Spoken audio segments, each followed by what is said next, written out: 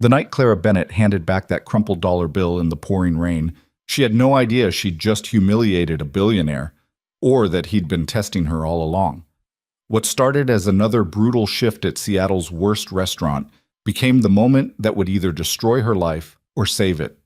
Because that rude stranger in the worn-out coat, he wasn't just any customer, and that single dollar wasn't just an insult. Stay until the end to see how one waitress proved that dignity costs more than money, and drop a comment with your city so I can see how far this story travels. Hit that like button. You won't regret it. The fluorescent lights in the Velvet Oaks kitchen had been flickering for 3 weeks, and nobody cared enough to fix them. Clara Bennett stood at the server station rolling silverware into paper napkins with hands that wouldn't stop shaking. Not from the cold, though February in Seattle could freeze your bones through your uniform, but from the number glowing on her phone screen. Final notice. Eviction proceedings. Begin March 1st. 5 days? She had 5 days to come up with $2,400, or she and her sister Emma would be sleeping in their decade-old Honda Civic. The car that barely started on good days and smelled permanently of French fries from the year Clara had worked at that burger joint on Pike Street. "Bennett, table 7 needs water." Marcus, no relation to any billionaire, just an assistant manager with a power complex and coffee breath, snapped his fingers at her from across the dining room. Clara shoved her phone into her apron pocket and grabbed the water pitcher, ignoring the way her stomach twisted itself into knots. The Velvet Oak restaurant had opened with ambitious dreams 15 years ago. Now it was a tired joke, the kind of place that survived on location alone. Close enough to the theater district to catch desperate pre-show diners who didn't read reviews. The carpet was burgundy to hide stains. The artwork was whatever came cheap from estate sales. The menu hadn't changed since 2019. Clara had been working here for 8 months. 8 months of grease burns and degrading comments from customers who thought a $20 entree bought them the right to treat servers like furniture. 8 months of watching Marcus hit on the younger waitresses while the owner, Mr. Patterson, spent more time at his vacation house in Tacoma than actually running the place. But the tips, when they came, kept the lights on in her apartment. Barely. She delivered water to table 7, smiled at the couple who didn't look up from their phones, and returned to her section near the kitchen. The dinner rush, such as it was, had started to thin out. Only a handful of tables remained occupied in the dimly lit dining room. That's when the door opened. The man who walked in looked like he'd been sleeping under an overpass. His trench coat, once probably expensive, now just worn, hung heavy with rain. His boots were scuffed, tracked mud across Mr. Patterson's precious entryway tile. His hair was wet and uncombed, hanging in dark strands across his forehead. He hadn't shaved in days. Clara watched Marcus's face shift through several expressions: disgust, annoyance, calculated cruelty. "Can I help you?" Marcus said, not moving from behind his podium, making it clear that help was the last thing this man would receive. "Table for 1. The stranger's voice was quiet, rough, tired. "I'm not sure we have anything available." "You have 12 empty tables." The man gestured at the near-vacant dining room. "I can count." Marcus's jaw tightened. Clara knew that look. That was Marcus deciding whether the confrontation was worth it or whether he'd rather torture this guy through passive-aggressive service. "Fine, but we close at 9. Marcus grabbed a single menu, didn't grab silverware, and walked toward the worst table in the restaurant, right by the kitchen door, where servers crashed through constantly, where the temperature fluctuated between too hot and freezing, where the busboy dumped dirty dishes. The stranger followed without complaint.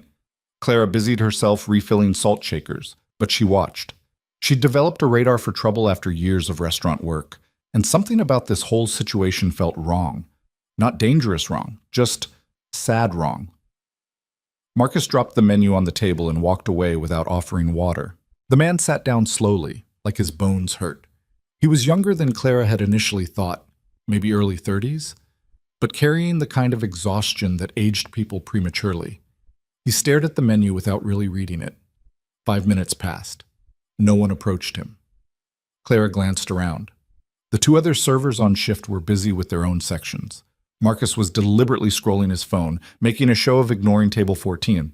"Hey, Marcus," Clara said quietly, walking up to the podium. "You want me to take that table?" "Why? You need the tip money that bad?"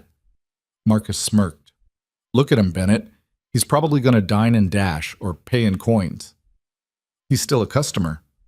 He's a bum who wandered in from the rain. I'm giving him 5 more minutes, then I'm calling security. We don't have security, then I'm kicking him out myself. Marcus turned his back on her. Conversation over. Clara felt something hot and familiar rise in her chest. Anger, maybe. Or just exhaustion with cruelty masquerading as standards. She'd spent 8 months watching Marcus humiliate people for entertainment. Watched him make teenage girls cry over dropped trays. Watched him mock the elderly man who came in every Sunday and ordered the same soup. She grabbed a glass of water and silverware rolled in a napkin. "What are you doing?" Marcus hissed. "My job." Clara crossed the dining room before he could stop her.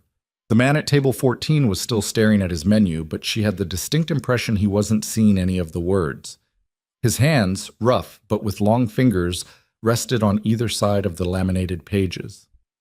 "Good evening." Clara set down the water and silverware, keeping her voice gentle. "I'm Clara. Can I get you started with anything?" The man looked up, and Clara caught her breath. His eyes were gray-blue, the color of Seattle sky before a storm. Intelligent eyes, hurt eyes. Eyes that seemed to catalog everything about her in half a second. Her worn uniform, her pulled-back hair, the exhaustion she tried to hide behind professionalism. "You're very kind," he said quietly. "Most people don't see me at all." There was something in the way he said it. Not self-pity, just observation. "Everyone deserves to be seen," Clara said. "Have you decided what you'd like, or do you need another minute?" "What do you recommend?" "Honestly?" She lowered her voice to a conspiratorial whisper. "The pot roast is the only thing our cook doesn't microwave. Everything else is, well, edible. Mostly." The ghost of a smile crossed his face. "Pot roast sounds good. Something to drink besides water?" "Coffee. Black." Clara wrote it down. "I'll get that started for you." She turned to leave, but his voice stopped her. "Why are you being nice to me?" Clara turned back, surprised. "Why wouldn't I be? Your manager over there has been staring daggers at you since you walked over here, and I'm—" He gestured at himself, at his wet coat and mud-stained boots. "Not exactly your typical customer." "You walked in during a rainstorm looking for a hot meal," Clara said. "That makes you exactly like every other customer. The coat doesn't matter." Something shifted in his expression. He studied her with renewed interest, like she'd just revealed something unexpected. "What's your name again?" "Clara." "Thank you, Clara." She smiled, genuine this time, and headed back toward the kitchen. Marcus intercepted her before she could put in the order. "What the hell do you think you're doing?" "Taking his order." "I told you he's not worth your time." "Then it's a good thing it's my time to waste." Clara pushed past him and clipped the order ticket to the line. "Pot roast, side of mashed potatoes, coffee, black." The cook, a 60-year-old Korean woman named Mrs. Kim, who had zero patience for Marcus, glanced at the ticket and then at Clara. "That guy at 14? Yeah. Marcus is going to write you up." "Probably." Mrs. Kim made a sound that might have been approval and started plating the pot roast. Clara poured the coffee, checked on her other tables, and tried to ignore the way Marcus kept glaring at her from across the dining room. When she brought the food to table 14, the man was looking out the rain-streaked window at the street beyond, watching people hurry past under umbrellas, their lives continuing in directions he couldn't follow. "Here you go."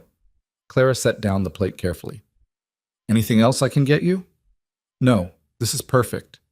But he didn't start eating, not right away. He just stared at the food like he was working up the courage to take a bite. Clara had seen that look before, on people who weren't sure when their next meal might come, on people who'd learned not to trust kindness because it usually came with strings attached. She left him alone. Over the next 40 minutes, Clara watched from the periphery. The man ate slowly, methodically. He wasn't savoring the mediocre pot roast. It wasn't good enough to savor, but he wasn't rushing either. He drank 3 cups of coffee. He never pulled out a phone, never read anything, just sat in that terrible table by the kitchen door, existing in a bubble of quiet exhaustion. Other customers came and went. A theater couple argued about parking. 2 businessmen complained about portion sizes. A teenage girl sent back her salmon twice before leaving without eating. Normal night at the Velvet Oak. Around 8:30, the man at table 14 signaled for his check. Clara printed it out, placed it in the vinyl folder, and brought it over. "No rush," she said. "Take your time." He opened the folder, looked at the total, $23.50. For a long moment, he just stared at it. "Is everything okay?" Clara asked. "Yes. Everything is—" He pulled out his wallet. It was leather, worn smooth from years of use. "Everything is fine." He placed exact cash in the folder. $23.50. Then he stood up, pulled his coat back on, and looked at Clara with those storm-gray eyes. "Thank you for your kindness tonight." "Of course. Stay dry out there." He nodded and walked toward the door. Clara picked up the folder, expecting maybe a few dollars on the table. Tips at the Velvet Oak were notoriously bad. There was no tip on the table. She opened the folder. Inside, under the cash, was a single $1 bill. Crumpled. Old. Like he'd found it in his pocket as an afterthought. Clara stared at it, felt something cold and familiar settle in her chest. Of course. Of course she'd spent the last hour being kind to someone, defending him against Marcus, giving him her best service, and this was the result. $1 on a $23 check. Behind her, she heard Marcus laughing. He'd been watching, waiting for this exact moment. "Told you, Bennett. I told you he wasn't worth it." Marcus's voice carried across the dining room. The remaining customers looked up. $1! He tipped you $1! Clara's face burned. The other servers were staring.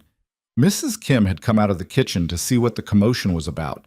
Even the customers looked embarrassed on her behalf. "You just wasted an hour on a bum who left you $1. Marcus was enjoying this. "But hey, at least you got to feel good about yourself, right? Isn't that worth it?" Clara picked up the dollar bill.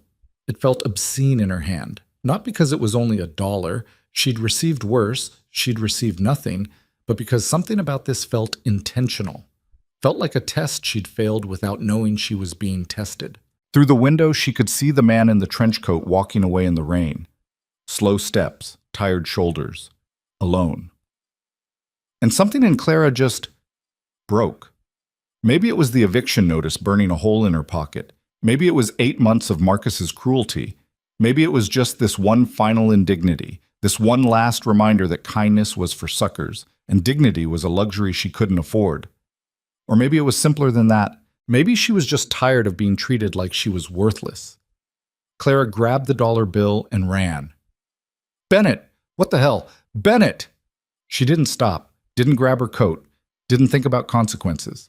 She just pushed through the front door into the freezing rain and ran down the sidewalk, her uniform soaking through immediately, her shoes splashing through puddles. "Wait, sir, wait!" The man in the trench coat stopped and turned around. Up close, in the streetlight and rain, Claire could see surprise on his face. Real surprise. "You forgot something," Clara said, breathing hard. She held out the crumpled dollar bill. "I don't want this." "I gave you a tip." "No, you didn't." Clara's voice was shaking, but not from cold. "You gave me an insult, and I don't care how bad my day was. I don't care how much I need money. I'm not taking this, because my dignity is worth more than $1. It's worth more than any amount of money someone like you could leave behind to make themselves feel better." The man stared at her. Rain ran down both their faces. "Someone like me?" "Yeah, someone who walks in looking pathetic so people will feel sorry for you, who lets a waitress defend you and serve you and treat you like a human being, and then you leave $1 like it's some kind of joke. Like I'm a joke."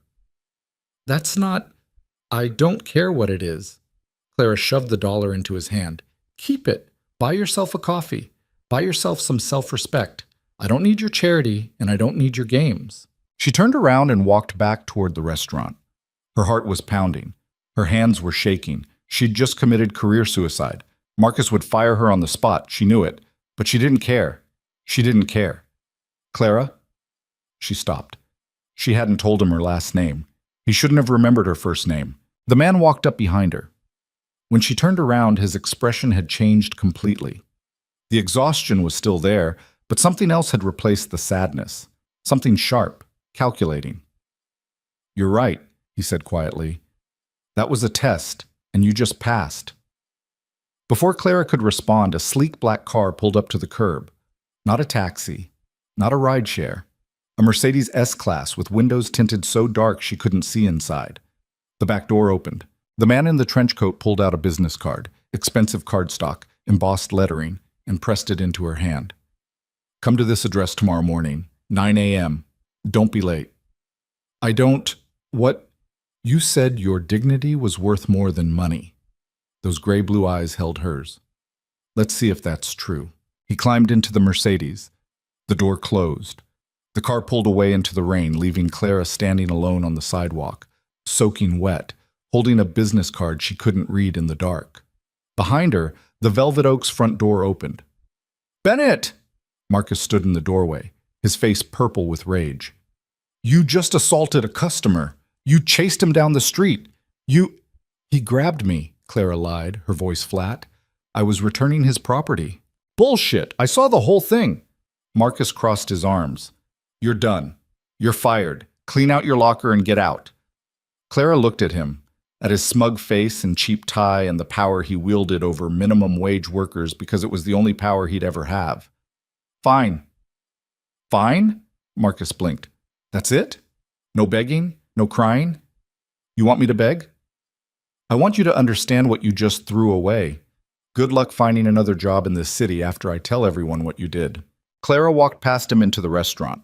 Her locker was in the back, past the kitchen, in a hallway that smelled like mildew and broken dreams.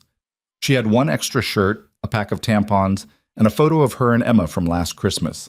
She packed it all into her purse. Mrs. Kim appeared in the hallway, wiping her hands on her apron. "You okay?" "I've been better." "That was brave. Stupid, but brave." Mrs. Kim pulled something from her pocket, 2 20s. "I've been saving this to give you. Consider it a severance package." Clara's eyes burned. "Mrs. Kim, I can't." "Yes, you can. You're the only server in this dump who ever treated me like a person instead of a vending machine." She pressed the money into Clara's hand. "Go home. Take care of your sister. Something better will come along." Clara hugged her, quick and fierce. Then she left through the back door, avoiding the dining room entirely. The rain had slowed to a drizzle. Clara stood under the flickering streetlight in the alley and finally looked at the business card. Callaway Global Holdings. Ethan Callaway, CEO. Private number 2-065550147. Below that, an address in Madison Park. The kind of address that came with views and gates and security. Clara turned the card over, written in neat handwriting on the back. 9 a.m. Don't disappoint me. She walked to her car in a daze, climbed into the Honda Civic that smelled like old fries and started the engine on the third try. She sat there for a long moment, shivering in her wet uniform, staring at the embossed business card. Ethan Callaway. The name sounded familiar, important, like something she should know but couldn't quite place. She pulled out her phone, Googled the name. The first result was a Forbes article from 6 months ago. Billionaire CEO Ethan. Callaway takes over Callaway. Global following wife's tragic death. Below that, a photo. Clara's phone nearly slipped from her wet hands. The man in the photo was clean-shaven, wearing a suit that probably cost more than her car. His hair was styled. His expression was professional, cold, completely controlled. But the eyes were the same. Storm gray, exhausted, hurt. The man who'd left her a $1 tip wasn't a bum. He was one of the richest men in Seattle. And he wanted to see her tomorrow morning at 9 a.m. Clara sat in her car, rain drumming on the roof, and started to laugh. It was either that or cry, and she'd already cried too much this month. She laughed until her sides hurt, until the absurdity of the entire night overwhelmed everything else. She'd just thrown a dollar bill at a billionaire and told him to buy some self-respect. She'd just gotten fired for defending her dignity to a man who could probably buy the entire restaurant with his pocket change. And now she had an appointment she couldn't miss, and no idea what would happen when she showed up. Clara looked down at the eviction notice still glowing on her phone screen. Final notice, eviction proceedings. Begin March 1st, 5 days. She had 5 days and no job and $40 from Mrs. Kim and a mysterious appointment with a billionaire who'd tested her for reasons she couldn't begin to understand. Clara put the car in drive and headed home through the rain-slicked streets of Seattle, the business card resting on the passenger seat beside her. She had no idea what tomorrow would bring, but she knew one thing with absolute certainty. Her life had just changed forever. And there was no going back. Clara didn't sleep. She sat on the lumpy futon in the apartment she shared with Emma, staring at Ethan Calloway's business card until the words blurred together. The radiator clanked and hissed in the corner, providing just enough heat to keep the place from freezing, but not enough to actually be comfortable. Outside, Seattle's rain had finally stopped, leaving behind that particular 3 a.m. silence that felt like the world holding its breath. Emma was asleep in the bedroom, the only actual bedroom in their Studio Plus setup, curled under 3 blankets because the heat barely reached that corner. She had class at 10, marketing degree, junior year, drowning in student loans, but still convinced that education was the way out of the cycle their parents had left them in. Their parents. Clara tried not to think about them much. Dad had disappeared when Emma was 6. Mom had tried her best until the cancer took her 4 years ago, leaving Clara, then 26, with a teenage sister, medical debt, and a profound understanding that the universe didn't give a damn about fairness. Clara looked at her phone. The Forbes article was still open. Ethan Calloway, 32, assumed full control of Calloway Global Holdings following the sudden death of his wife, Elizabeth Calloway, in a car accident last year. The company, valued at $4.2 billion, operates in real estate development, tech investment, and sustainable infrastructure. Sources close to the family report that Calloway has become increasingly reclusive since the tragedy, rarely appearing at public events and delegating most operational decisions to his executive team. There was a photo of Elizabeth, blonde, elegant, smiling at some charity function. The kind of woman who probably never ate at places like the Velvet Oak, never worried about eviction notices, never got yelled at by managers with bad breath. And now she was dead, and her husband was wandering into failing restaurants in disguise, testing waitresses for God knew what reason. Clara's phone buzzed. A text from an unknown number. Car will pick you up at 8:30 a.m. Be ready. Her heart kicked into overdrive. She typed back, "Who is this?" The response came immediately. "Don't be late." Clara set the phone down with shaking hands. This was insane. This was absolutely insane. She should ignore the whole thing, sleep until noon, then spend the day job hunting like a rational person who'd just been fired. Except she had 5 days until eviction and $40 for Mrs. Kim. Except a billionaire had looked her in the eyes and said she'd passed a test. Except something in his voice, that quiet exhaustion, that genuine surprise when she'd handed back the dollar, had felt real in a way nothing else at the Velvet Oak ever had. At 7 a.m., Clara gave up on sleep entirely. She showered in the bathroom with the cracked tile and missing grout, dried her hair as best she could with their dying blow-dryer, and stared at her closet with mounting panic.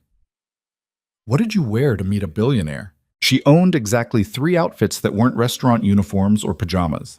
A black dress from Emma's high school graduation, jeans and a decent sweater, slacks and a blouse she'd bought for job interviews 3 years ago. The slacks it was. Emma stumbled out of the bedroom at 7:30, hair sticking up, mascara smudged from yesterday. "Why are you dressed?" she mumbled, heading straight for the coffee maker. "I have a meeting." "What kind of meeting? You got fired." "I know I got fired. This is something else." Emma turned around, suddenly more alert. "What kind of something else?" Clara hesitated. "How did you explain this without sounding completely unhinged?" "A customer from the restaurant offered me a job opportunity." "What restaurant customer offers job opportunities? Was he a recruiter or something?" "Or something." "Clara," Emma crossed her arms. "What's going on?" "I don't know yet, but I need you to trust me, okay? I'll text you later." "This is sketchy as hell." "I know. If you get murdered, I'm going to be so pissed at you." "Fair enough." Emma poured coffee into 2 mugs and handed one to Clara.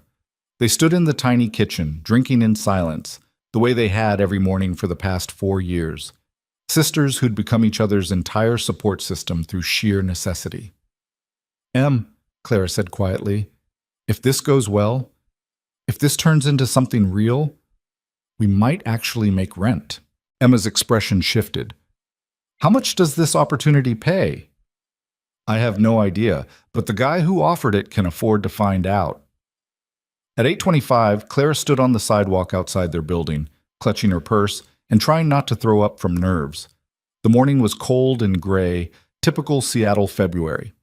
A few people walked past on their way to actual jobs with actual security.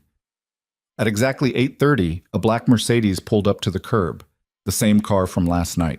The driver, a man in his 50s with silver hair and a professional demeanor, got out and opened the back door. Miss Bennett? Clara's mouth went dry. Yes. Mr. Calloway sent me to collect you. Please. She climbed into the back seat. The interior smelled like leather and money. The seats were heated. Classical music played softly from speakers she couldn't see. The driver got back in and pulled into traffic without another word. Clara watched Seattle slide past the tinted windows. They headed north, away from her neighborhood with its pawn shops and coin laundries, toward the parts of the city she only saw in tourism photos. The streets got cleaner, the buildings got newer, the cars got nicer. 20 minutes later, they turned onto a private road. No, not a road, a driveway. A driveway that wound through manicured grounds, past actual landscaping, toward a house that made Clara's brain short-circuit. It wasn't a house. It was an estate. Modern architecture, all glass and steel and clean lines, perched on a hillside with views of Lake Washington that probably cost more than Clara would earn in her entire lifetime. "Oh my God," she whispered. The driver pulled up to the front entrance. "Mr. Calloway is expecting you in his office. James will show you in." The door opened before Clara could respond. A man in an actual butler's uniform, because apparently those existed outside of movies, stood waiting. "Miss Bennett, this way, please." Clara followed him through doors that probably cost more than her car, into a foyer with marble floors and a staircase that curved upward like something from an architecture magazine. Everything was clean. Everything was expensive. Everything screamed that she didn't belong here. James led her through hallways lined with art that was probably original, past rooms she only glimpsed. A library, a sitting room, what looked like a home gym, until finally stopping at a set of double doors. "Mr. Calloway will see you now." The doors opened. The office was huge, with floor-to-ceiling windows overlooking the lake. Morning light streamed in, making everything glow. There was a desk, sleek, modern, probably Danish, and sitting behind it was Ethan Calloway. No trench coat this time. He wore a gray button-down shirt with the sleeves rolled up, dark slacks, no tie. His hair was still damp from a shower. He looked like himself from the Forbes photo, clean, professional, controlled, except for those eyes, those exhausted, storm-gray eyes. He stood when Clara entered. "You came. You sent a car." Most people would have ignored it, thought it was a scam. Most people haven't been fired and evicted in the same 24 hours. A ghost of a smile crossed his face. "Please, sit." Clara sat in one of the chairs facing his desk. Leather. Comfortable. Probably worth 3 months of her old salary. Ethan didn't sit back down. He walked to the windows, hands in his pockets, looking out at the view. "Do you know who I am?" "I Googled you." "Then you know what I'm worth. What this company is worth. What everyone around me is trying to take." Clara said nothing. "My wife died 14 months ago," Ethan continued, his voice flat. "Car accident. She was coming home from a board meeting. The other driver ran a red light." He paused. "We have a son, Noah. He's 8. He hasn't spoken more than 10 words at a time since the funeral." Clara's chest tightened. "I'm sorry." "Everyone's sorry." Ethan turned to face her. "Sorry doesn't help. Sorry doesn't protect my son from a family that sees him as a bargaining chip. Sorry doesn't keep this company from being torn apart by people who think I'm too weak to lead it." "Then why am I here?" "Because last night you did something no one else has done in over a year." "I threw money at you. You chose your dignity over a tip." Ethan walked back to his desk, leaned against it. "Do you understand how rare that is? I've spent 14 months surrounded by people who smile to my face and plot behind my back, board members who want me to step down, siblings who think they deserve my wife's shares, employees who kiss my ass because they're terrified of being fired." His jaw tightened. "I needed to know if genuine people still existed, if kindness without an agenda was still possible. So you tested me." "Yes." "That's manipulative. It's survival." Ethan's eyes held hers. "My brother Marcus is trying to force a board vote to remove me as CEO. My sister Evelyn is leaking stories to the press about my mental state. I have investors questioning my leadership and competitors circling like sharks. I need someone I can trust, someone who isn't already corrupted by this world." Clara laughed. Actually laughed. You don't know me. I could be the worst person on the planet. You gave up a tip to preserve your self-respect while facing eviction. That tells me everything I need to know. It tells you I'm stubborn and probably stupid. It tells me you have principles. Ethan pulled a folder from his desk drawer and slid it across to her. I'm offering you a position as my executive assistant and personal advisor. Salary is $180,000 annually, plus benefits, plus housing if you need it. Claire's brain stopped working. $180,000? Is that acceptable? That's more than I've made in the last 5 years combined. Then it should cover your rent. She opened the folder. Inside was a contract, professionally printed with her name already filled in. The salary was real. The benefits were insane.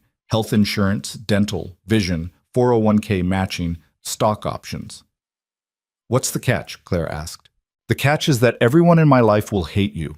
My family will try to destroy you. The media will dig into your past. You'll be working 70-hour weeks. You'll be dealing with people who think you're beneath them. And if you fail, you'll lose everything. Sounds delightful. Ethan's expression didn't change. I'm not offering you an easy job, Clara. I'm offering you a chance to prove that you're as strong as I think you are. To prove that integrity still matters in a world that's forgotten what the word means. Clara stared at the contract, at the number that could change her life. Emma's life. Could pay off debts, cover tuition, buy them actual furniture instead of futon couches from Goodwill. But there was something else there too. Something in the way Ethan was looking at her. Not like a billionaire hiring staff, but like a drowning man reaching for anything solid. Why me? She asked. Really, you could hire anyone, people with degrees, experience, connections. I don't need degrees, I need loyalty. I need someone who understands what it's like to fight for survival. Ethan's voice was quiet. I need someone who looks at money as a tool, not a goal. Someone who'll tell me the truth even when it's uncomfortable. Can you do that? Clara thought about Marcus's smug face, the eviction notice, Mrs. Kim pressing $40 into her hand, Emma sleeping under 3 blankets in an apartment that barely qualified as shelter. She thought about dignity and desperation and the impossible choice between them. When do I start? Something that might have been relief crossed Ethan's face. Today. Sign the contract and we'll get you set up. Clara picked up the pen sitting on top of the folder. Her hand shook slightly. One condition, she said. Ethan raised an eyebrow. You're negotiating? I need advance on the first month's salary. $3,000 today. Done. Anything else? Yeah, Clara met his eyes. Don't ever test me like that again. You want honesty? You want loyalty? Then treat me like a person, not an experiment. I'm not interested in playing games. For the first time since she'd entered the office, Ethan smiled, really smiled. It transformed his entire face, made him look younger, less haunted. Deal. Clara signed the contract. Ethan made a phone call, and 5 minutes later, James appeared with a check for $3,000. Just like that. Like money was air. James will show you to your office, Ethan said. Take the morning to get settled. This afternoon, I need you at a board meeting. A board meeting? Today? Welcome to Callaway Global Holdings. We don't ease into anything. Clara followed James out of Ethan's office, down another hallway, to a smaller but still impossibly nice office with a view of the gardens. There was a desk, a computer, a phone system that looked like it required a manual. If you need anything, use extension 201, James said. That reaches the main house staff. Extension 202 is Mr. Callaway's direct line. Don't abuse it. I won't. James left. Clara stood alone in her new office, holding a check for $3,000, trying to process the fact that her life had just shifted completely off its axis. She called Emma. Did you get murdered? Emma answered. No, I got hired. Hired for what? Executive assistant to a billionaire. Silence. Then, what the hell are you talking about? Clara explained. Not everything, not the test, not the $1 bill, but enough. The job offer, the salary, the fact that they could actually pay rent now. This is insane, Emma said. This is absolutely insane. I know. You're sure this is legal? Like, you're not about to become a drug mule or something? Pretty sure billionaire CEOs don't need drug mules. I'm Googling him right now. A pause. Oh my God, Clara. Oh my God. This guy he's actually famous. He's on the Forbes list. His wife died. I know, I read the articles. And he just hired you out of nowhere? Apparently. I'm coming over there. You have class. Screw class. I need to see this place. I need to make sure you're not having a mental breakdown. Em, I'm fine. I'll be home tonight. We can talk then. After she hung up, Clara sat at her new desk and tried to slow her racing heart. Through the window, she could see gardeners working on the grounds. Actual gardeners, with actual tools and actual knowledge of how to keep plants alive. A knock on the door made her jump. A woman entered without waiting for an invitation. She was probably 40, blonde, wearing a designer suit that probably cost more than Clara's entire wardrobe. Her smile was sharp and didn't reach her eyes. You must be the new assistant, she said. I'm Evelyn Calloway, Ethan's sister. Clara stood. Clara Bennett. Nice to meet you. Is it? Evelyn walked around the office like she owned it. I have to say, I'm curious. What exactly are your qualifications for this position? I'm good at my job. And what job is that?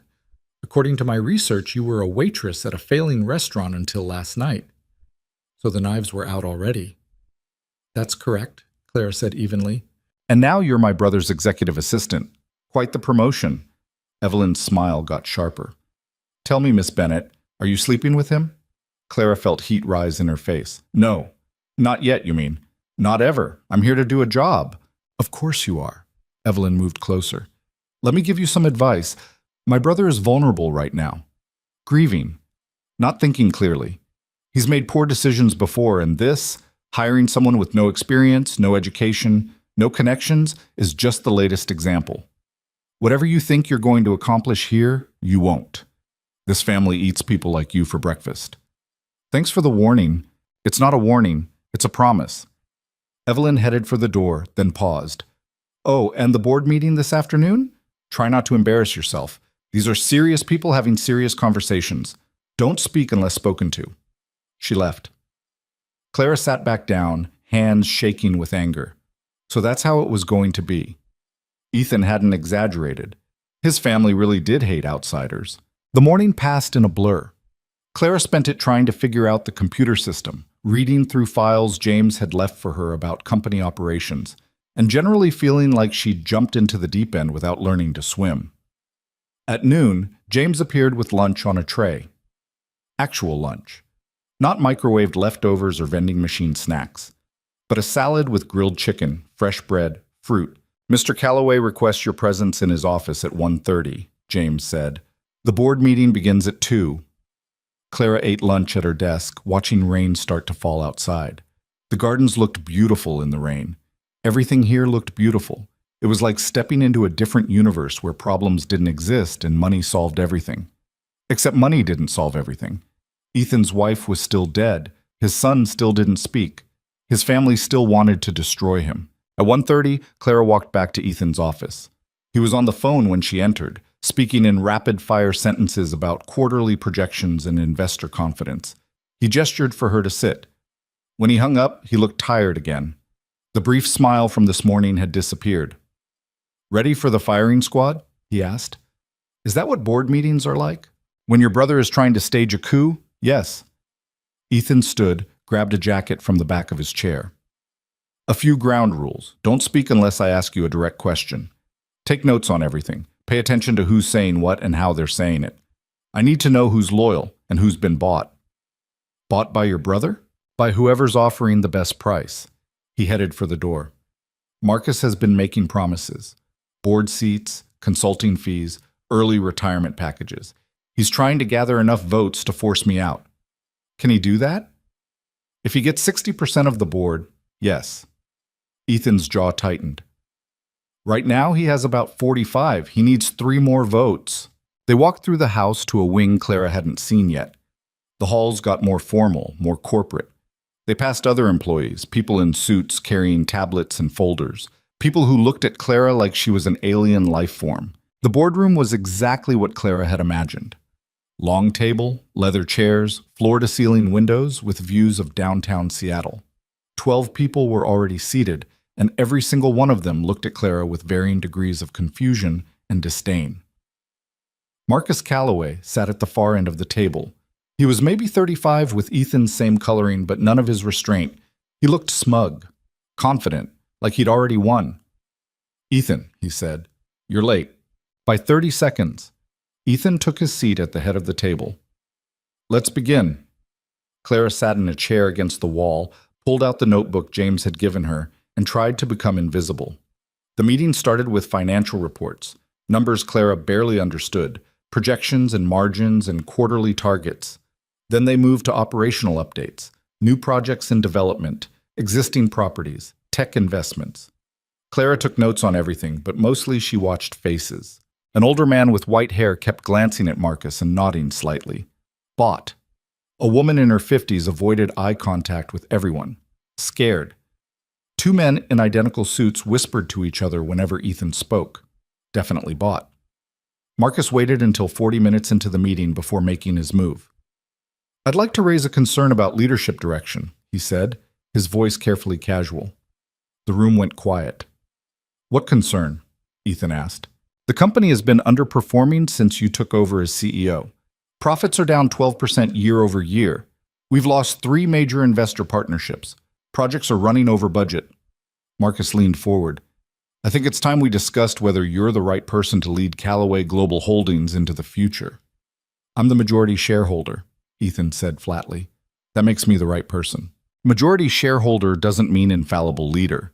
The board has a fiduciary responsibility to act in the company's best interests. And removing me serves the company's best interests? Temporarily stepping aside might. Marcus's smile was poisonous. "You're grieving, Ethan. Everyone understands that. No one blames you for being distracted. But the company needs strong leadership right now, and you're not providing it." Clara watched Ethan's face, saw the muscle jump in his jaw, saw his hands tighten on the armrests. "I'm providing exactly the leadership this company needs," Ethan said quietly. "Are you?" Marcus pulled out a folder. "Let's talk about your recent hiring decision. This morning you brought on a new executive assistant, someone with no experience, no credentials, no background in corporate operations, someone you met yesterday at a restaurant." He looked directly at Clara. "Care to explain that decision to the board?" Every eye in the room turned to Clara. Her face burned. Her heart hammered. This was the test, the real test. "Her qualifications are none of your concern," Ethan said. "Everything you do is our concern. That's how boards work." Marcus's voice got harder. "You're making erratic decisions, hiring random people off the street, isolating yourself, refusing to engage with the operational realities of running a multi-billion-dollar company. This is exactly why we need to discuss your fitness for leadership." "I'm perfectly fit." "Then prove it." Marcus slid a document across the table. "I'm calling for a vote of no confidence. If the board agrees that you're not capable of leading effectively, you'll step down as CEO and transition to a purely advisory role. I'll assume operational control until we can conduct a proper search for permanent leadership." The room erupted. People talking over each other, voices raised, alliances suddenly visible. Clara stopped taking notes. She couldn't look away from Ethan's face. He wasn't surprised. He'd known this was coming. That's why he'd hired her. That's why he'd needed someone he could trust. "You don't have the votes," Ethan said calmly. "Don't I?" Marcus looked around the table. "Show of hands. Who believes Ethan should step down as CEO?" 4 hands went up immediately. The white-haired man. The 2 identical suit guys. A younger woman Clara hadn't noticed before. 4 votes. Marcus needed 7 for 60%. No other hands moved. 4 votes, Ethan said. Not even close. This was just a preliminary measure. Marcus's confidence didn't crack. The real vote happens in 2 weeks, and by then, people will have had time to consider what's best for the company instead of what's best for your ego. He stood. The 4 who'd voted with him stood too. They left the boardroom together, a united front. The remaining board members sat in uncomfortable silence. Finally, the scared-looking woman spoke. "Ethan, you know we support you, but Marcus isn't wrong about everything. The numbers are concerning, and this," she gestured vaguely at Clara, "doesn't help with optics. Optics don't run companies. Strategy does. Strategy requires focus. And you seem Distracted. Ethan's voice went cold. My wife died. I'm raising a grieving 8-year-old, and I'm still hitting every target this company needs to hit. If that's distracted, I'd hate to see what you consider focused. The woman flinched. I didn't mean... Meeting adjourned. Ethan stood. I'll see you all in 2 weeks. They filed out quickly, avoiding eye contact. When the room was empty except for Ethan and Clara, he walked to the windows and stood there, hands in pockets, shoulders tight. Clara didn't know what to say. Didn't know if she should say anything. That went better than expected, Ethan finally said. Better? He only got 4 votes. I was expecting 5. He turned around. In 2 weeks, he'll have 7, maybe 8. People are scared. They think I'm weak. They think grief has made me incompetent. Has it? The question came out before Clara could stop it. Ethan stared at her, then unexpectedly he laughed. You really don't know how to play politics, do you? You hired me for honesty. Is grief making you incompetent? No, but it's making me tired, making me wonder if any of this matters. He walked back to the table, braced his hands on it. My wife built half of this company. She was the one with vision, with drive. I just executed.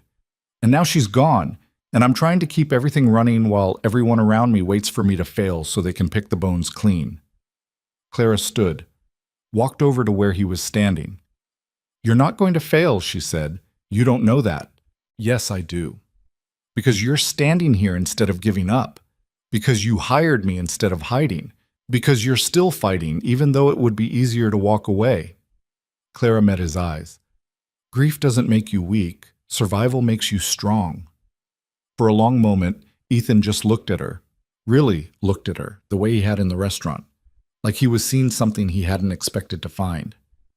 I hope you're right, he said quietly. A small voice from the doorway made them both turn. Dad? A little boy stood there, maybe 8 years old, with Ethan's dark hair and gray eyes. He wore jeans and a Star Wars t-shirt. He looked small and lost and terrified. Noah! Ethan's entire demeanor changed, softened. What's wrong, buddy? Bad dream. The boy's voice was barely a whisper. Come here. Noah ran to his father. Ethan picked him up, this tiny kid who seemed too fragile for the world, and held him close. Clara's heart cracked open. This is Clara, Ethan said gently. She's going to be working here now. Clara, this is Noah. Noah peeked at her from his father's shoulder. His eyes were red from crying. Hi, Noah, Clara said softly. The boy didn't respond, just buried his face back in Ethan's neck. He doesn't talk much, Ethan said. Not since his mom. I understand. They stood there in the boardroom, this billionaire holding his broken child, and Clara realized something fundamental. Money didn't protect anyone from pain. Power didn't heal grief. And Ethan Calloway, for all his wealth and influence, was just as lost as she was. I should go, Clara said. Let you two... Stay. Ethan's voice was quiet. Please. Noah should get used to seeing you around. So Clara stayed. She sat in one of the leather chairs while Ethan talked softly to his son about dreams and monsters and how sometimes nighttime was hard, but morning always came. Noah didn't say anything, just listened and held on tight. Eventually, a nanny appeared, a kind-looking woman in her 60s, and took Noah back to his room. Ethan sank into a chair, suddenly looking every one of his 32 years and then some. That's why I can't fail, he said. Not for the company, not for my pride, for him. Because if Marcus takes over, he'll shove Noah into boarding school and forget he exists. If the board removes me, I lose control of my son's trust fund, his inheritance, his future, everything Elizabeth wanted for him. Then we won't let that happen, Clara said. We? You hired me. That means your problems are my problems now. She pulled out her notebook. So let's figure out how to solve them. Ethan looked at her with something that might have been hope. And for the first time since walking into this mansion, Clara felt like maybe, just maybe, she'd made the right choice, even if it destroyed her in the process. Over the next week, Clara learned that working for a billionaire meant operating in a state of controlled chaos punctuated by moments of absolute insanity. Her days started at 6 a.m. with briefings from James about Ethan's schedule. By 7, she was fielding emails from investors, lawyers, department heads, all of whom seemed to think she had the authority to make decisions she absolutely did not have the authority to make. By 8, she was in meetings where people used words like synergy and optimization without irony. By noon, she was drowning, and she loved it. Not the drowning part, but the challenge. The feeling that she was building something instead of just surviving. The fact that her brain actually got used during work hours, instead of just her ability to smile through abuse. Emma had moved into the guest house on the estate, a guest house that was nicer than any apartment they'd ever lived in. Ethan had offered it without Clara asking, had simply mentioned that commuting from their old neighborhood would waste time better spent working. Emma was suspicious at first, convinced this was some elaborate scheme, but she'd stopped arguing after seeing the bathroom with the rainfall shower and heated floors. "This is insane," Emma kept saying. "This whole situation is completely insane." She wasn't wrong. Clara spent her evenings reviewing documents for the upcoming charity gala. The event Ethan had casually mentioned would either save his reputation or destroy it completely. It was scheduled for 2 weeks from now, the same night as the board vote. Marcus had planned it that way deliberately.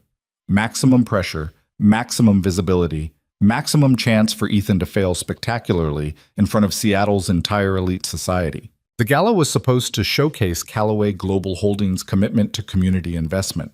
Politicians would attend, tech CEOs, old money families who'd been running Seattle since before computers existed. The guest list read like a Forbes convention with a side of political power. And Clara, who'd never planned anything more complicated than Emma's high school graduation party, was somehow in charge of making it perfect. "Why me?" she'd asked Ethan during one of their daily strategy meetings. "Because you're not afraid to fail," he'd said. "Everyone else is so terrified of making mistakes that they don't make decisions at all. You make decisions and deal with consequences. That's what I need right now." That's a very generous way of saying I don't know enough to be scared.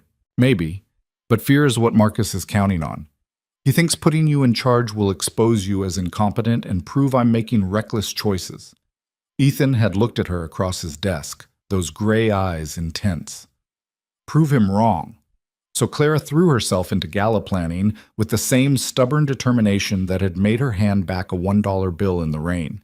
The event coordinator was a woman named Patricia, who had 30 years of experience and zero patience for Clara's questions. "The catering is already arranged," Patricia said during their first meeting, her voice clipped. "Archambault Dining. They've catered every major Callaway event for a decade." "What's the menu?" "Foie gras, Scottish salmon, Wagyu beef, champagne service." Clara made notes. "How much does this cost?" Patricia looked at her like she'd asked what color the sky was. "Does it matter?" "Everything matters. How much?" $450 per plate, 1,200 guests. You do the math." Clara did the math. $540,000 for one dinner. "That seems excessive." "It's the standard." Patricia's tone made it clear this conversation was over. "Archambault is the best. Using anyone else would be an insult to our guests." Clara let it go, for now. She spent the next 3 days reviewing every aspect of the gala. The flowers, $80,000 worth of imported orchids. The entertainment, a string quartet that charged $30,000 for 4 hours.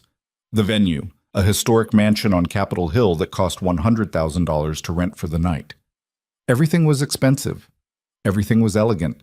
Everything was designed to impress people who couldn't be impressed because they'd seen it all before.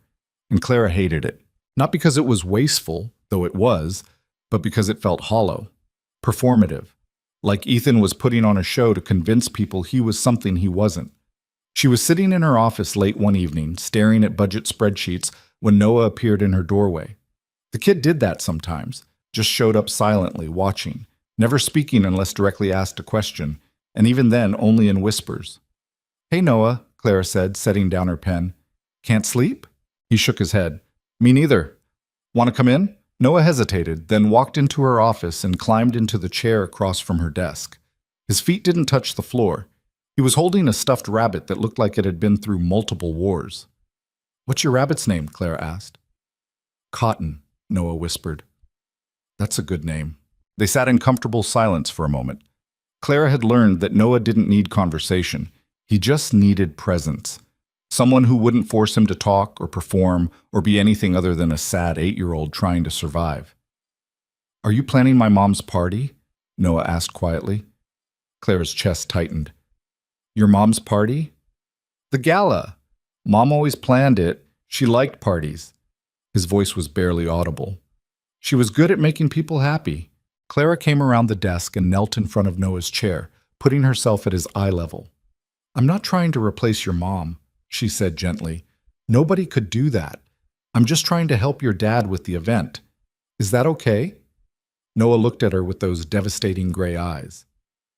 Dad's sad all the time now. I know. Are you going to make him happy? I'm going to try to help him. That's the best I can do. Noah seemed to consider this. Then he slid off the chair and walked out without another word, clutching cotton. Clara stayed kneeling on the floor, feeling the weight of expectation she hadn't signed up for. She wasn't just planning an event. She was trying to hold together a family that had fractured into pieces. The next morning, Patricia called an emergency meeting. We have a problem, she said, her face pale. Archambault canceled. Clara's stomach dropped. What? They called this morning, said they're overbooked, and can't accommodate our event. They're refunding the deposit. That's impossible. We booked them 6 months ago. Nevertheless, they've canceled. Patricia looked genuinely panicked. I've called every other high-end caterer in Seattle. Everyone's either booked or suddenly unavailable. It's like someone's paying them to refuse us. Clara's mind raced. Marcus. This had Marcus written all over it. How much time do we have? The gala is in 9 days. 9 days to find catering for 1,200 people. Patricia's hand shook. This is a disaster. We need to postpone. We can't postpone. The invitations are sent, the venue is booked, and postponing makes Ethan look weak. Then what do you suggest? We can't serve 1,200 people without a caterer. Clara thought about the velvet oak, about Mrs. Kim cooking pot roast in a kitchen with flickering lights, about the dozens of struggling restaurants she'd worked at over the years, places with talented chefs and no money for marketing, places that served real food to real people instead of pretentious tiny portions on oversized plates. We don't need Archambault, Clara said slowly. Excuse me? We don't need expensive caterers. We need good food and authentic stories. The idea was forming as she spoke. What if instead of one elite catering company, we hired 20 local restaurants? Small places, immigrant-owned, chef-driven, places that need the exposure and would kill for an opportunity like this. Patricia stared at her like she'd suggested serving hot dogs from a cart. You want to serve our elite guests food from food trucks? No. I want to serve them food from talented chefs who actually care about cooking instead of caterers who charge $450 a plate for reheated salmon. Clara pulled out her laptop. Think about the optics. Callaway Global Holdings supporting local businesses, investing in community, giving opportunities to people who deserve them. That's a better story than flying in foie gras from France. It's also completely insane. Maybe, but it's our only option. Clara stood. I need a list of every available commercial kitchen in the city and contact information for restaurant owners who might be interested. Can you get me that? Patricia looked like she wanted to argue, but something in Clara's expression stopped her. I'll have it by this afternoon, she said quietly. But if this fails, I'll take full responsibility. After Patricia left, Clara went to find Ethan. He was in his study with Noah, helping the kid with homework. It was one of the few times Clara had seen him actually relaxed, focused on something other than board votes and hostile takeovers. Can I talk to you? Clara asked from the doorway. Ethan looked up, saw her expression. Noah, go ask Mrs. Chen for a snack, okay? Noah gathered his books and left, giving Clara a small wave on his way out. What happened? Ethan asked. Clara explained. The canceled catering, the blocked alternatives, her plan to use local restaurants instead. Ethan listened without interrupting, his face unreadable. When she finished, he was quiet for a long moment. That's a huge risk, he finally said. I know. If the food is bad, if the service is unprofessional, if anything goes wrong, the entire city will crucify us. I know that too. Marcus is probably behind the cancellation. He's trying to sabotage the event, make me look incompetent in front of everyone who matters. So we don't give him what he expects. We give him something better. Clara leaned against the desk. Your guests expect luxury and exclusivity. They've been to 1,000 events just like this one.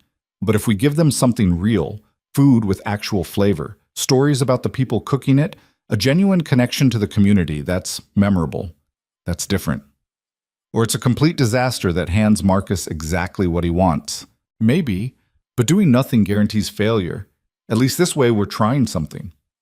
Ethan studied her face. You really believe this will work? I believe it's better than giving up.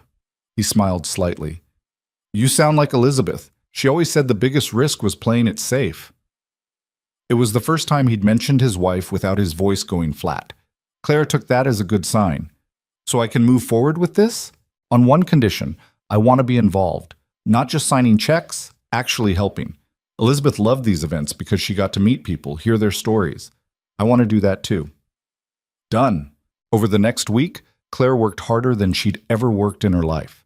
She visited 43 restaurants, met with chefs from Vietnam, Ethiopia, Mexico, India, Korea, tasted food that made her cry it was so good, heard stories about immigration, about building businesses from nothing, about dreams deferred and hopes kept alive through cooking. She hired 20 restaurants, gave each one a budget and creative freedom, told them to make their best dishes, the food that meant something to them, not what they thought rich people wanted to eat. Ethan came with her to half the meetings.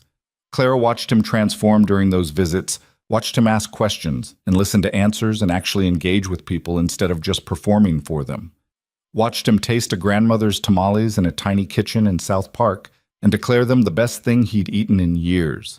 Noah came to a few meetings too. The kid was shy around strangers, but something about being in restaurant kitchens seemed to calm him.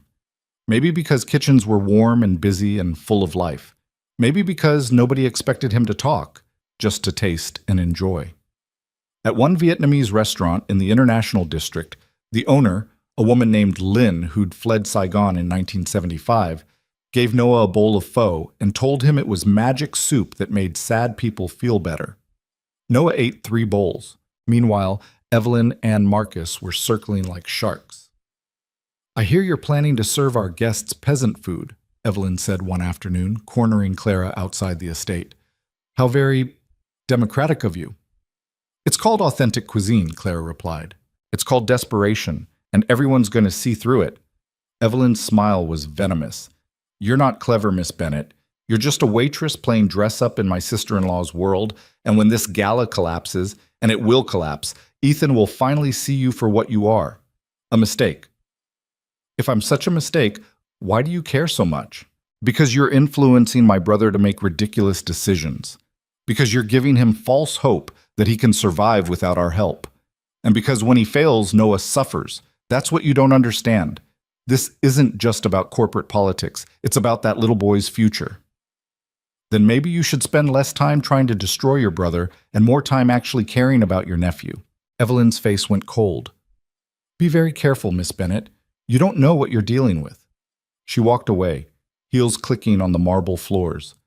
Clara stood there shaking with anger and adrenaline.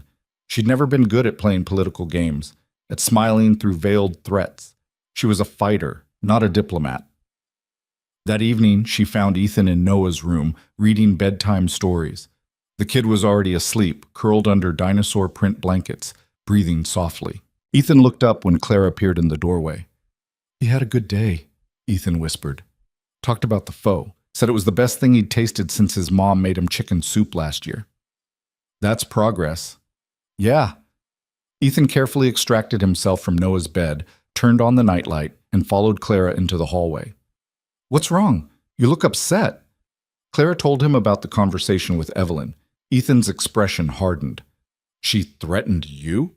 Not directly, just reminded me that I don't belong here. That's bullshit, is it? Ethan, I've been here 2 weeks. Your sister's been part of this family her whole life. Your brother's been working in this company for a decade. And I'm a waitress who got fired for chasing a customer into the rain. Maybe Evelyn's right. Maybe I'm in over my head. Ethan walked to the window overlooking the grounds. Outside, the gardens were lit with subtle landscape lighting. Everything perfect and controlled. You want to know why Elizabeth loved the gala? He said quietly. It wasn't about the money or the prestige. It was about using our position to actually help people. She hated the performative charity, the big checks written for photo ops. She wanted to create real connections, real opportunities. He turned to face Clara. That's what you're doing. That's why this matters. Not because it'll save my reputation or win board votes, but because it's the right thing to do. And if it fails, then we fail doing something worthwhile instead of succeeding at something meaningless. Clara felt tears prick her eyes. She blinked them back. I'm not used to people believing in me. Get used to it. The night before the gala, Clara couldn't sleep. She paced her room in the guest house, reviewing checklists, panicking about everything that could go wrong. At 2 a.m., she gave up and went for a walk around the grounds. She found Ethan sitting on the patio overlooking the lake, drinking scotch and staring at the water. Couldn't sleep either? Clara asked. Sleep's been hard for a while now. He gestured at the chair beside him. Join me? Clara sat. The night was cold and clear, stars visible despite Seattle's light pollution. Tomorrow decides everything, Ethan said. The gala, the board vote, my future with the company, Noah's future. No pressure. He laughed quietly. I keep thinking about what happens if Marcus wins. If I lose control of the company, lose custody of Noah's trust. He'd put the kid in boarding school, Clara. Some expensive prison where Noah would be surrounded by other rich kids' trauma and nobody would actually care about him. That's not going to happen. You don't know that. No, but I know you're not going to let it happen, and neither am I. Clara took the scotch glass from his hand and took a sip. It burned, going down. We've worked too hard. Those chefs have prepared too much. Noah has started talking again, Ethan, actually talking. About food and magic soup and things that make him happy. That's worth fighting for. Ethan looked at her, really looked at her, with an expression she couldn't quite read. Thank you, he said softly. For what? For caring, for trying, for being exactly what this family needed without even knowing it. Something shifted in the air between them, something electric and terrifying and completely inappropriate given their employer-employee relationship. Clara stood quickly. I should get some sleep. Big day tomorrow. Clara. Good night, Ethan. She walked back to the guest house before he could say anything else, her heart hammering in her chest. This was dangerous. This whole situation was dangerous. She couldn't afford to develop feelings for her boss, for a billionaire widower with a traumatized son and a family trying to destroy him. But as she lay in bed staring at the ceiling, she knew it was already too late. She cared. About Ethan. About Noah. About this broken family trying to rebuild itself. And caring made everything infinitely more complicated. The morning of the gala arrived with perfect Seattle weather, cold, gray, and threatening rain. Clara was up at 5, coordinating with 20 different restaurant teams, making sure deliveries were on schedule, that the venue setup was progressing, that every single detail was accounted for. Patricia had transformed from skeptic to cautious believer over the past week.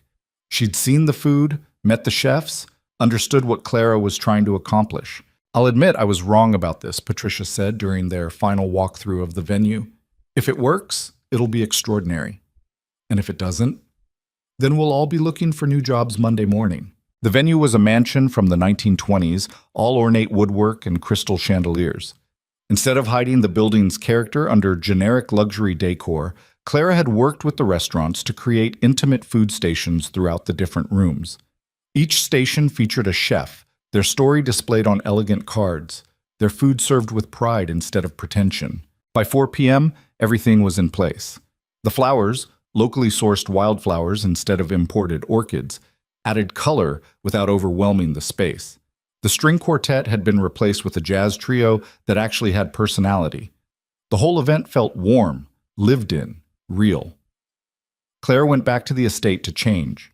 Emma had helped her pick out a dress, simple black, elegant without being showy, appropriate for someone who worked for the host instead of being the host.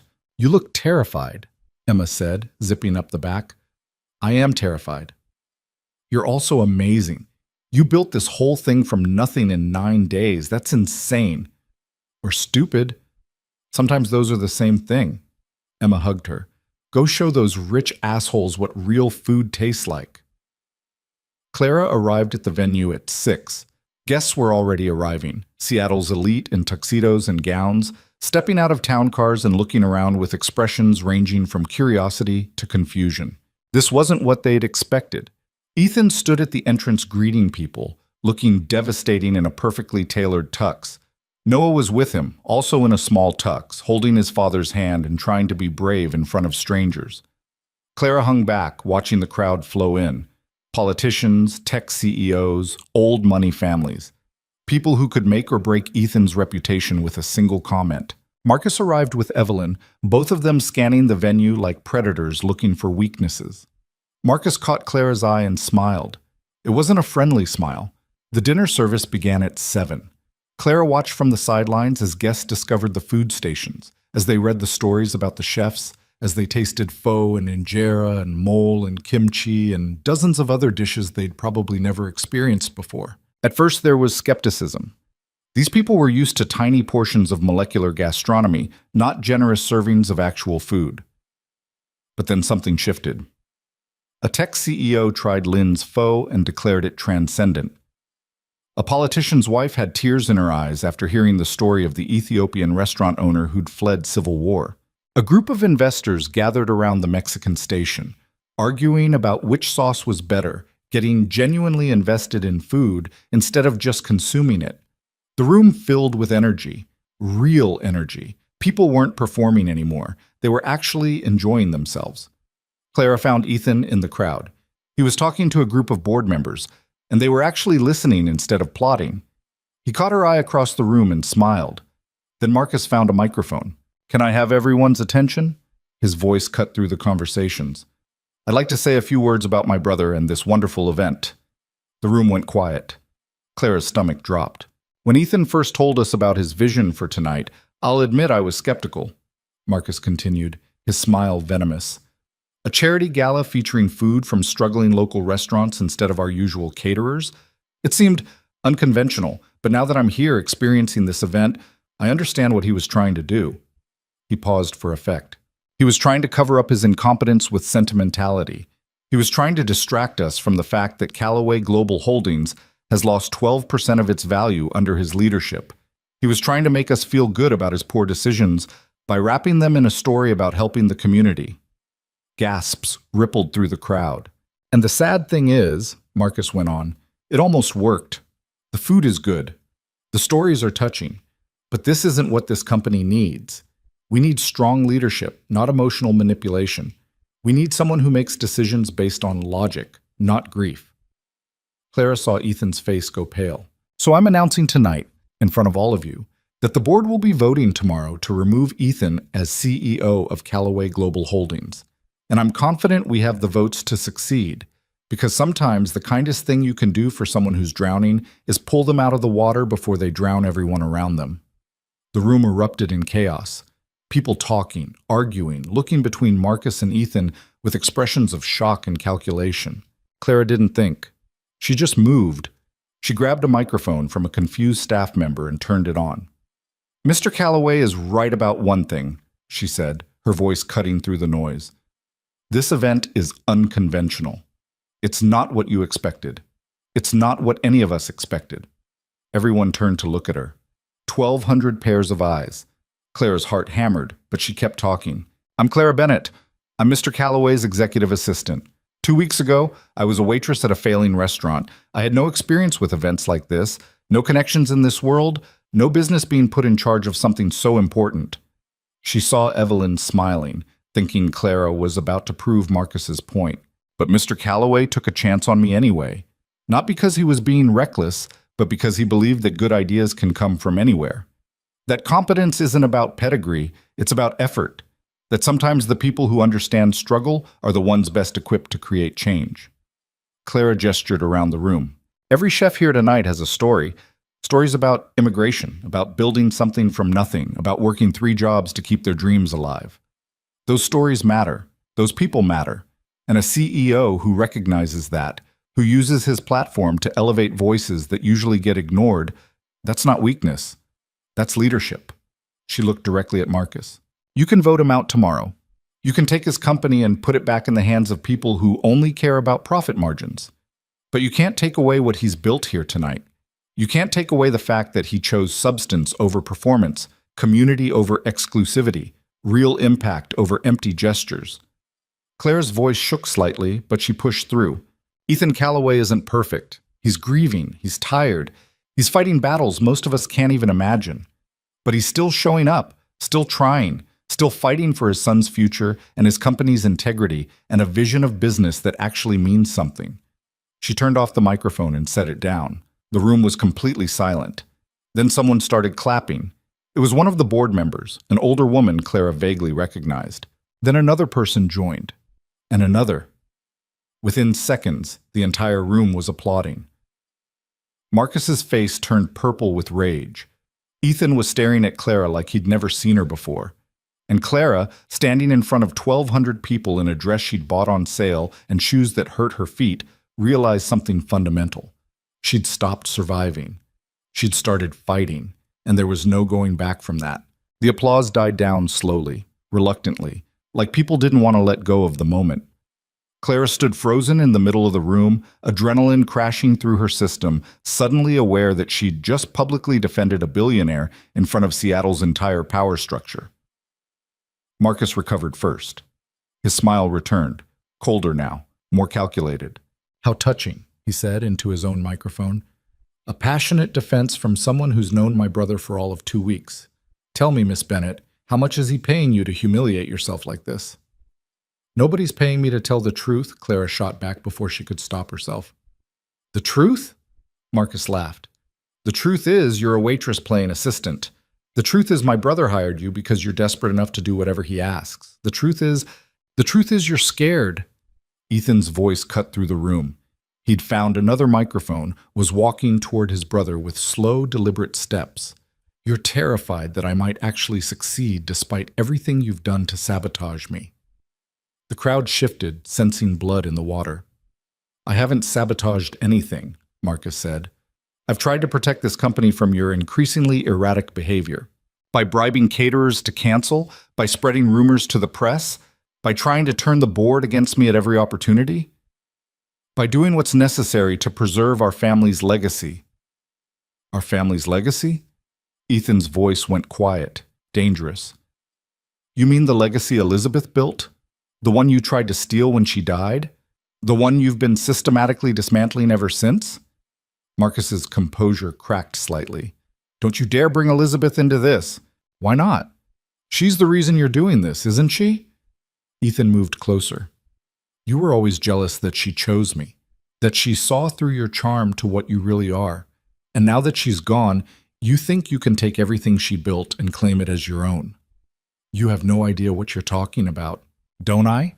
Ethan turned to address the room. "My brother has been positioning himself to take over this company since the day of Elizabeth's funeral. He's made promises, offered deals, bought loyalty from people who should know better. And tomorrow, he'll try to force a vote that removes me as CEO so he can install himself in my place." He paused, letting that sink in. "But here's what Marcus doesn't understand. This company isn't about money or power or family politics. It's about creating something meaningful, about using our resources to actually help people instead of just accumulating wealth. That's what Elizabeth believed. That's what I believe. And if the board votes to remove me tomorrow, I'll accept that decision. But I won't apologize for trying to do the right thing, even when it's inconvenient." The room was silent again.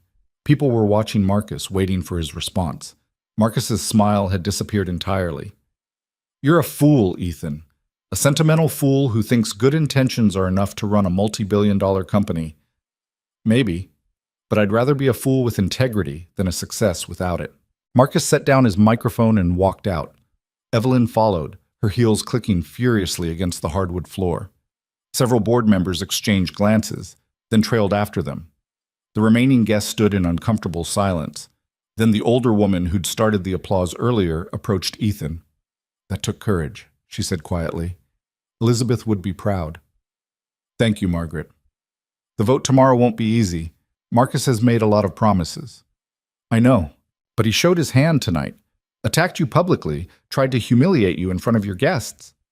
Margaret glanced at Clara. "And your assistant reminded everyone what leadership actually looks like. That matters." She walked away, leaving Ethan and Clara standing together in the center of the room. The jazz trio, sensing the need for distraction, started playing again. Conversations resumed, quieter now, more subdued. The gala continued, but the energy had shifted. People weren't just enjoying food anymore. They were thinking, calculating, choosing sides. Clara felt hands shaking. The adrenaline was wearing off, leaving behind exhaustion and the dawning realization of what she'd just done. "I'm sorry," she said quietly. "I shouldn't have—" "Don't." Ethan's voice was firm. "Don't apologize for defending me. Don't apologize for saying what needed to be said. I made it worse. Marcus is going to use that against you, use me against you." "Clara." Ethan turned to face her fully. "You were magnificent." She looked up at him, at those storm-gray eyes that had looked so exhausted 2 weeks ago and now held something else. Something intense and complicated and terrifying. "I need some air," Clara said, breaking eye contact. "I'll be right back." She walked out onto the mansion's terrace before Ethan could respond.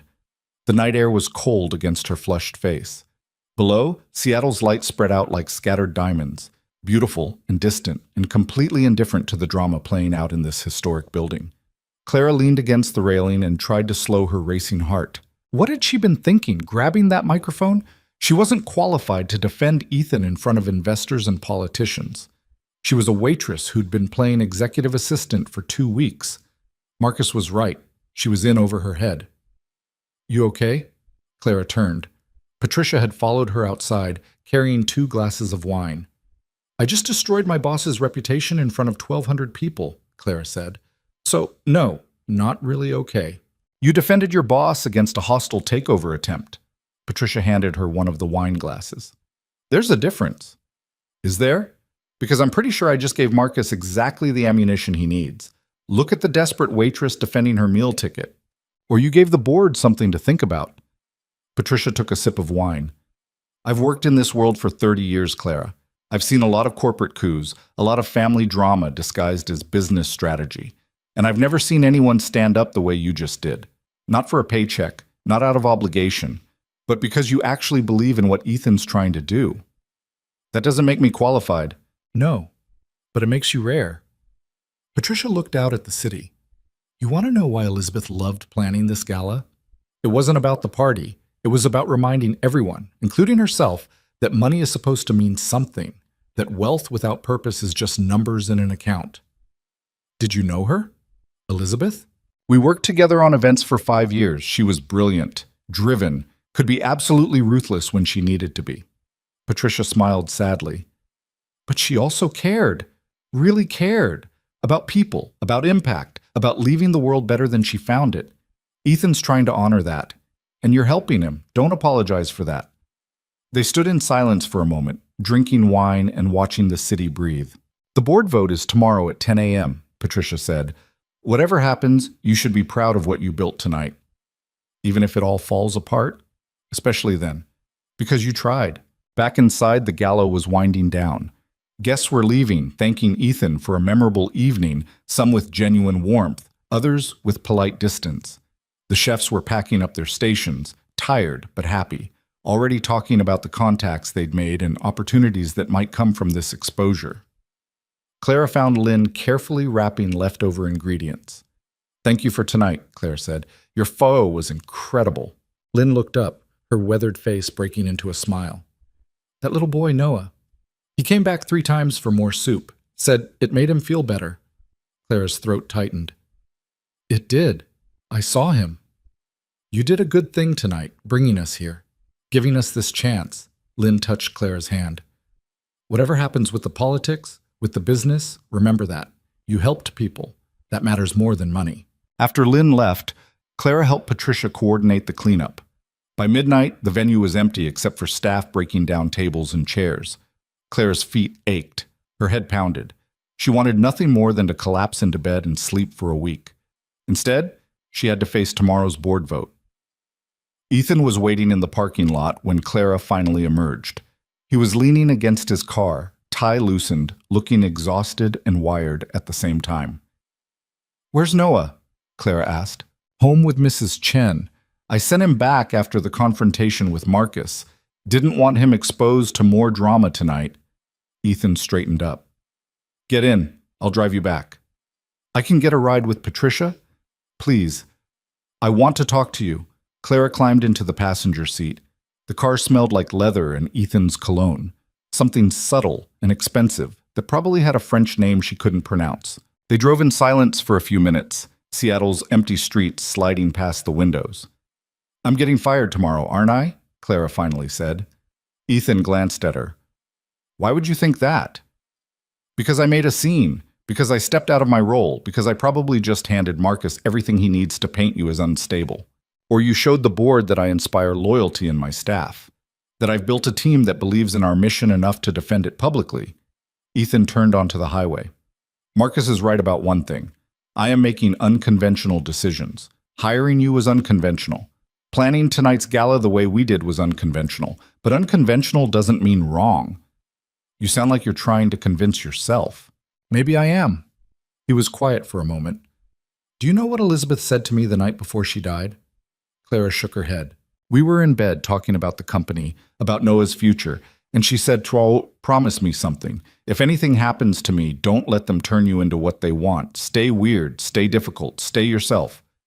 His voice cracked slightly. "I didn't know she was going to die the next day. Didn't know those would be some of the last words she ever said to me. But I promised. And I've been trying to keep that promise ever since." Clara didn't know what to say. The grief in his voice was so raw, so immediate, like the wound was still fresh after 14 months. "She would have liked you," Ethan continued. "Elizabeth had radar for authentic people. She could spot bullshit from a mile away. You would have driven her crazy with your stubbornness, but she would have respected it." "I'm sorry I never got to meet her." "Me too." They pulled into the estate grounds. The house was dark except for a few security lights. Emma's light was on in the guest house, probably waiting up to hear about the gala. Ethan parked but didn't turn off the engine. "Whatever happens tomorrow," he said, "I want you to know that hiring you wasn't a mistake. Trusting you wasn't a mistake. You've done more in 2 weeks than my entire executive team has done in a year." "That's a low bar," he smiled. "Maybe. But it's still true." Clara reached for the door handle, but Ethan's voice stopped her. "Clara." She turned back. "If I lose tomorrow, if Marcus gets the votes and forces me out, I want you to stay on with the company. Work for whoever takes over. Don't let your future be tied to my failure." "I'm not working for Marcus." "Even if it means losing your job, losing your salary." "Especially then." Clara met his eyes. "You hired me because I chose dignity over money. That doesn't change just because the money got bigger." Something shifted in Ethan's expression. He leaned closer, close enough that Clara could feel the heat of his body, could see the flecks of darker blue in his gray eyes. For a moment, she thought he might kiss her. For a moment, she wanted him to. Then reality crashed back. He was her boss, a grieving widower, a man whose entire life was falling apart. She was his employee, hired 2 weeks ago, completely inappropriate for anything beyond a professional relationship. Clara pulled back and opened the door. "Good night, Ethan." She was halfway to the guest house when he called out, "Clara!" She turned around. Ethan was standing by the car, hands in his pockets, looking young and lost and human in a way that made her chest ache. "Thank you," he said quietly, "for everything." Clara nodded and walked inside before she could do something stupid like run back and kiss him anyway. Emma was waiting in the living room, laptop open, clearly in the middle of a research binge. "The gala's all over social media," she said without preamble.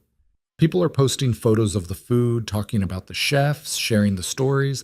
It's trending on Twitter. Hashtag Callaway Gala is the #3 topic in Seattle right now. Is that good?" "It's something." Emma turned the laptop to show Clara.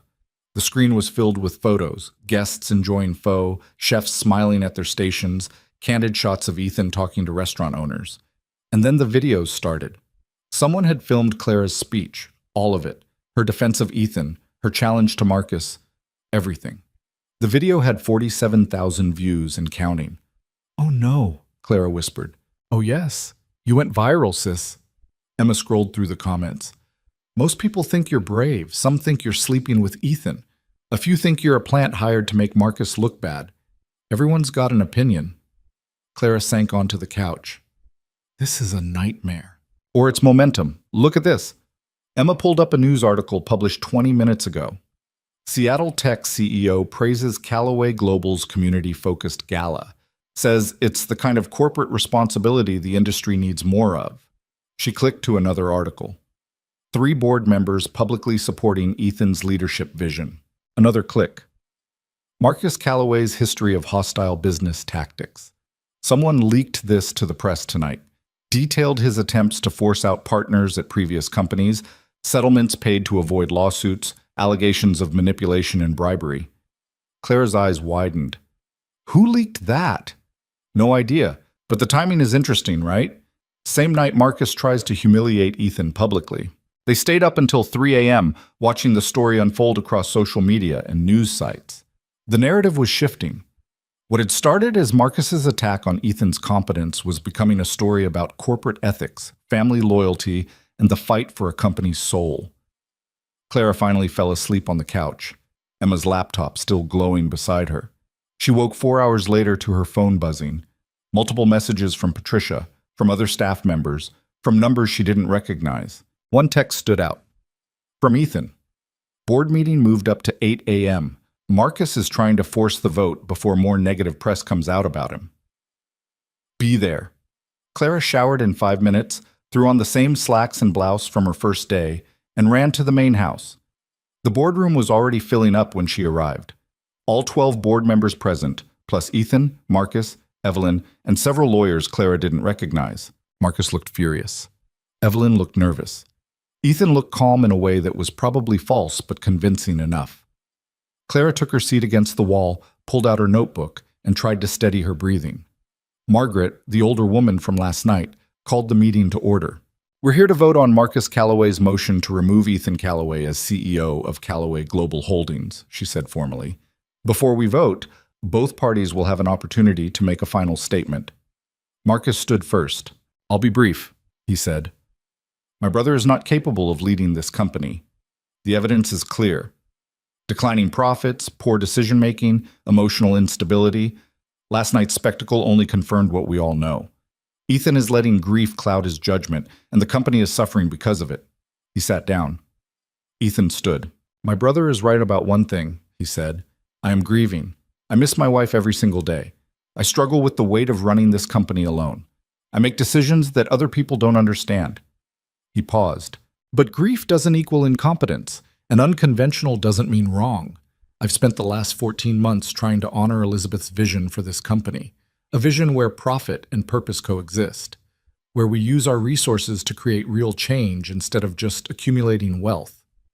Ethan looked around the table. Last night wasn't a spectacle. It was a demonstration.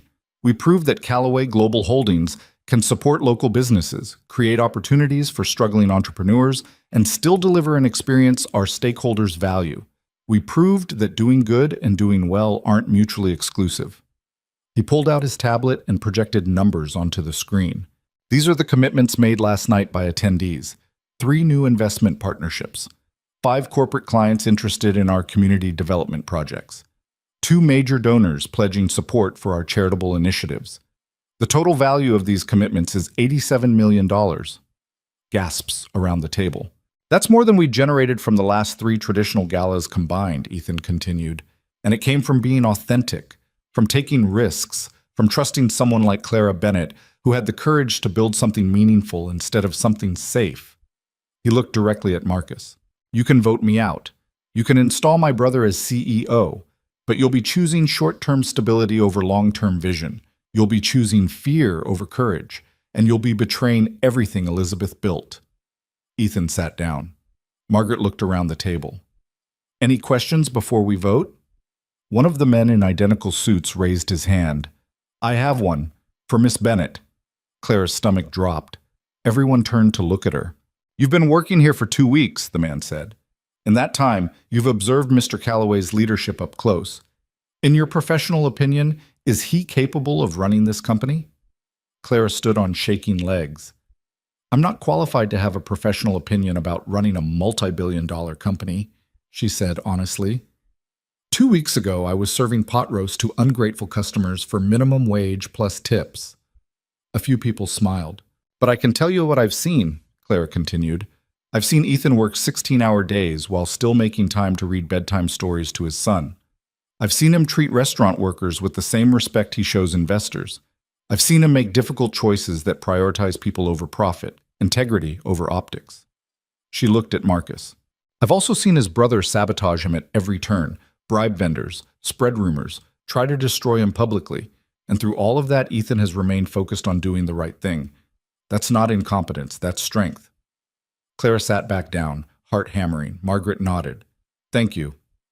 Now we vote. All in favor of removing Ethan Callaway as CEO. 4 hands went up. The same 4 who'd voted with Marcus at the preliminary measure.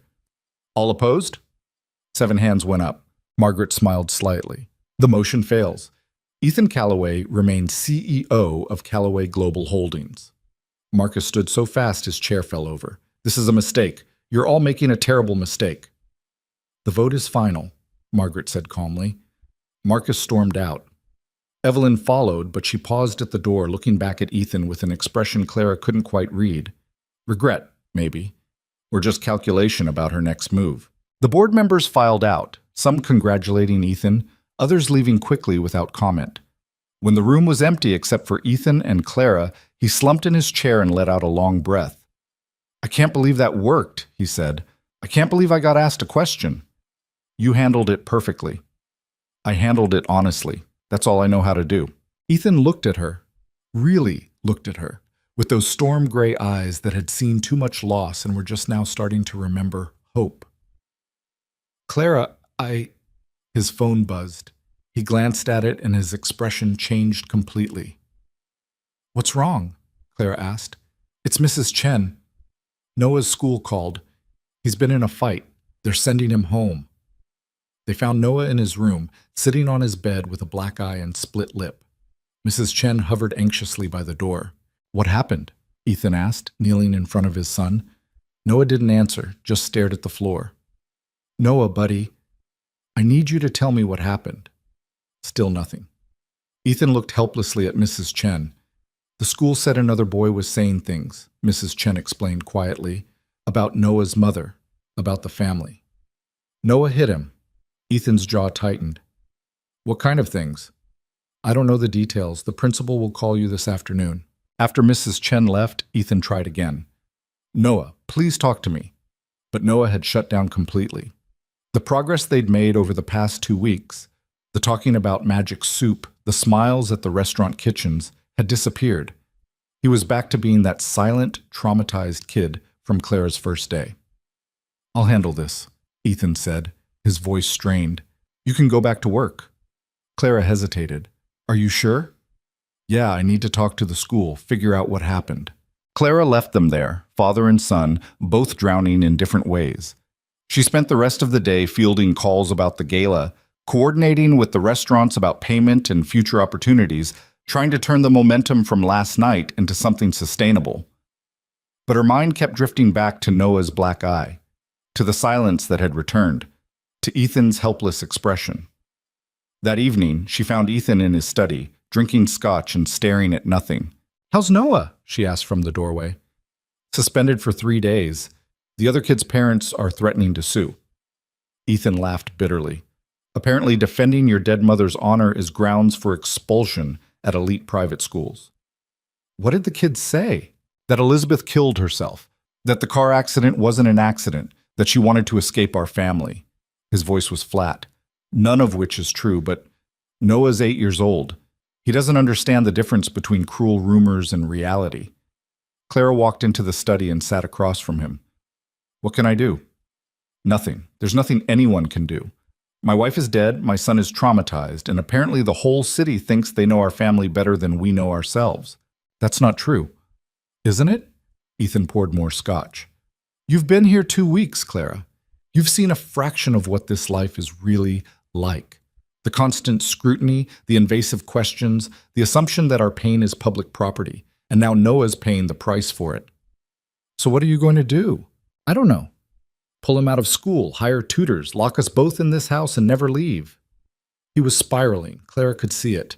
The victory from this morning had been replaced by the crushing reality of everything that victory couldn't fix. That won't help him, Clara said quietly. And what will? Therapy hasn't helped.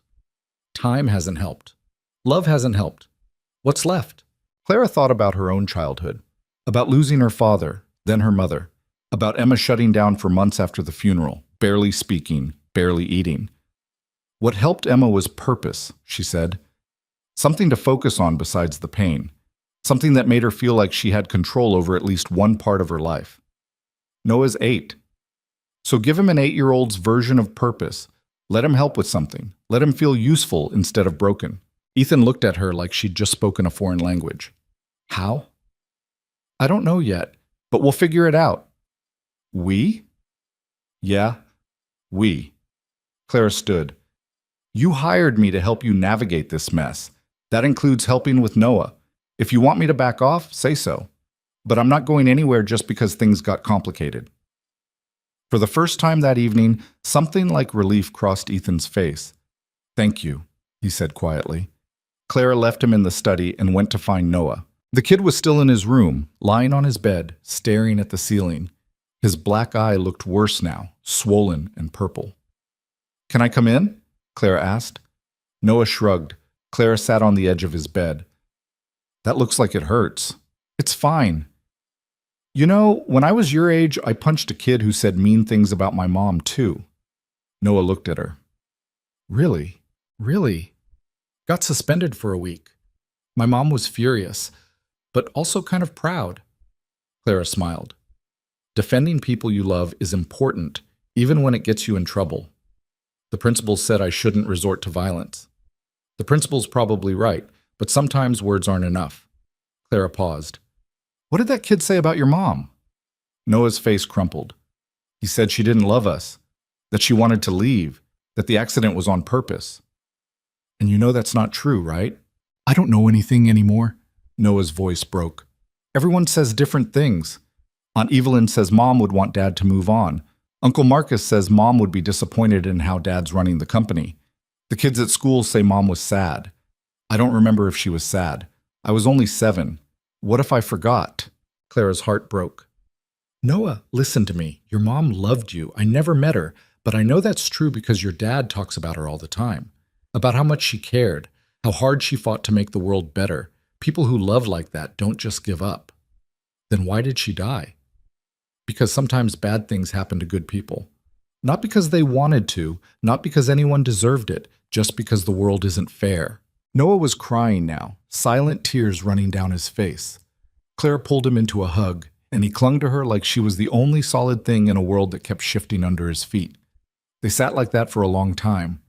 When Noah finally pulled back, he wiped his eyes and looked at her seriously. Clara? Yeah?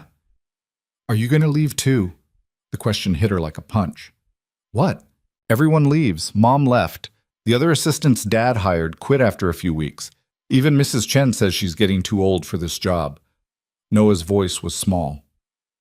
Are you going to leave? Clara looked at this kid, this broken, brave 8-year-old kid who'd already lost so much and was terrified of losing more. I'm not going anywhere, she said, and meant it. Even though she had no idea what she'd just promised, even though staying meant diving deeper into a family that was falling apart. Even though she was starting to develop feelings for Ethan that were completely inappropriate and could destroy everything, none of that mattered, because Noah needed someone to stay, and Clara had always been better at staying than leaving. That promise to Noah changed everything. Clara couldn't just show up, do her job, and leave anymore. She was invested now, tangled up in this family's mess in ways that went far beyond an employment contract and a paycheck. Over the next 3 weeks, she watched Ethan restructure the entire company's community investment strategy based on the success of the gala. He created a fund specifically for supporting small businesses owned by immigrants and low-income entrepreneurs, hired 2 of the chefs from the gala as consultants, started talking about opening a culinary training center. Marcus had gone quiet after the board vote, but Clara knew that silence was dangerous. People like Marcus didn't just give up. They regrouped and came back meaner. Evelyn, surprisingly, had started showing up at the estate more often, not to see Ethan, but to spend time with Noah. She'd bring him books, take him to museums, sit with him during his suspension, and help with homework. It was awkward and stilted. Evelyn clearly had no idea how to relate to children, but she was trying. I don't trust her, Emma said one evening as they watched Evelyn leave through the guest house window. She's been working with Marcus this whole time. Why the sudden change? Maybe she actually cares about Noah, Clara said. People can surprise you. Or she's playing a longer game. Clara didn't have an answer for that. Noah's suspension ended, but Ethan pulled him from the private school anyway.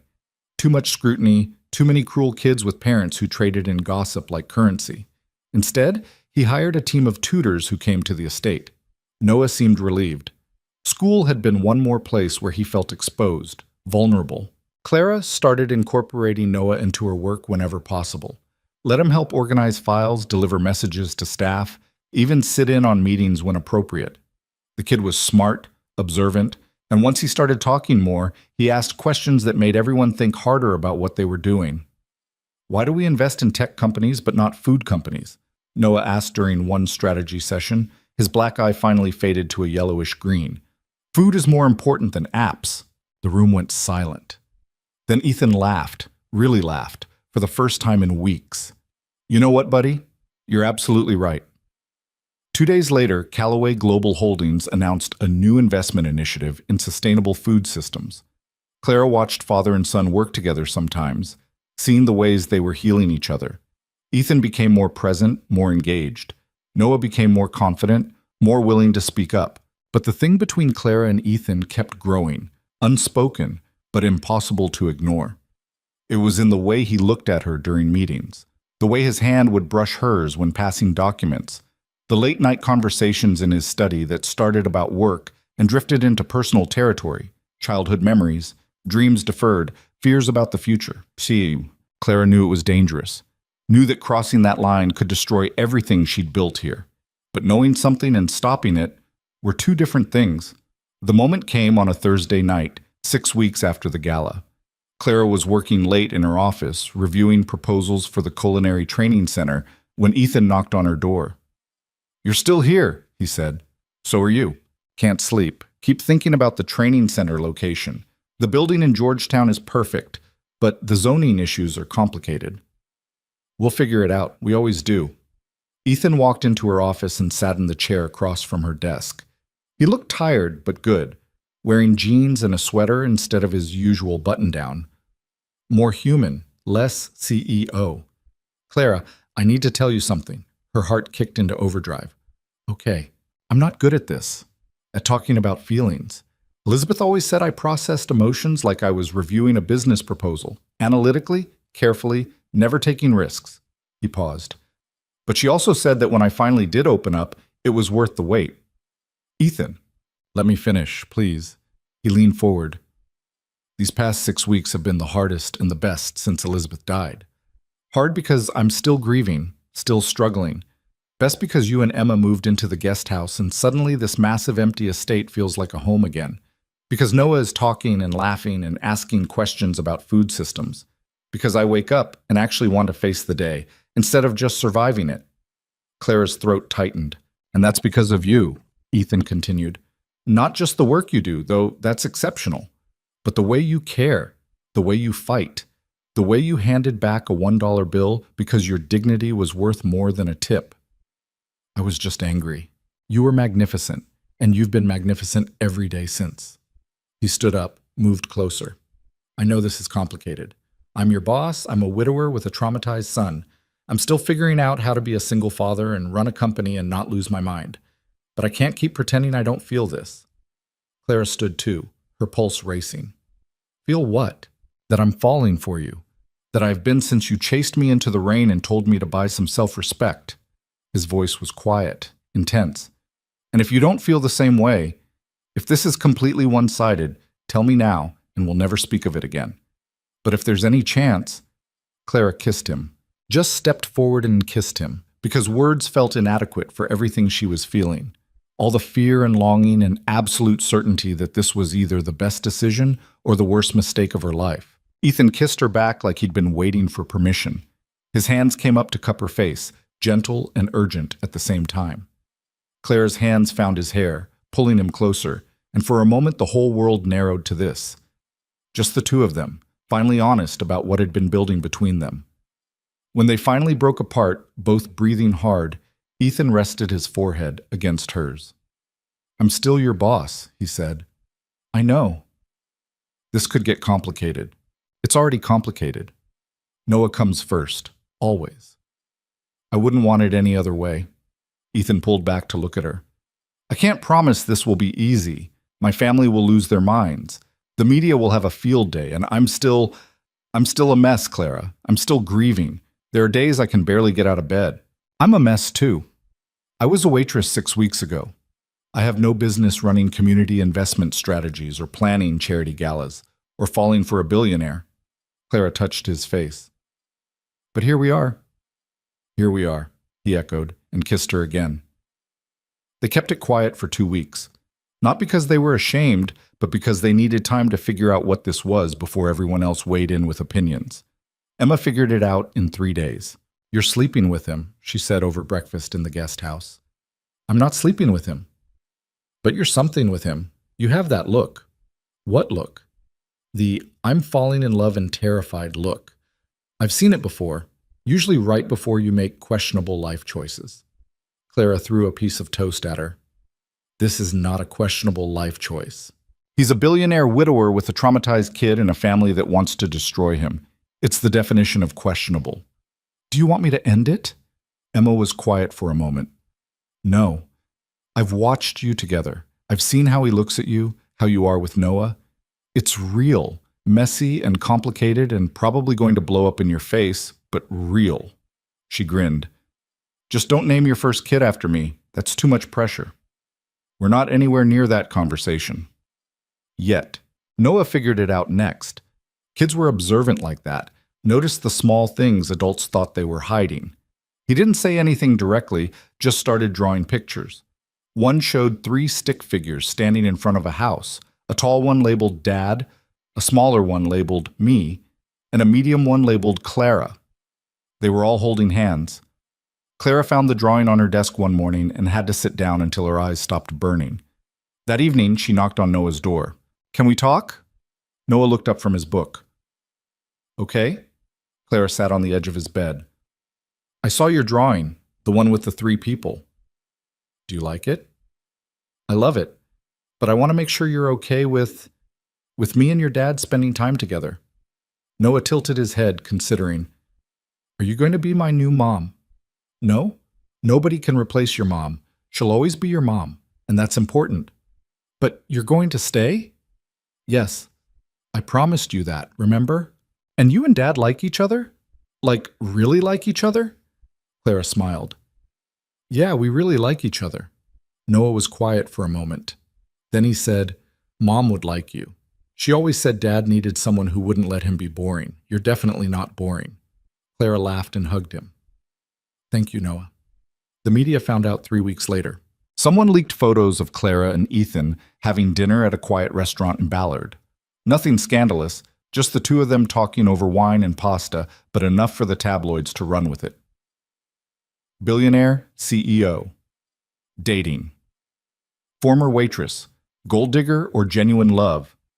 Ethan Calloway moves on. New girlfriend. Just months after wife's death, from minimum wage to mansion, the Clara Bennett story. The stories were brutal.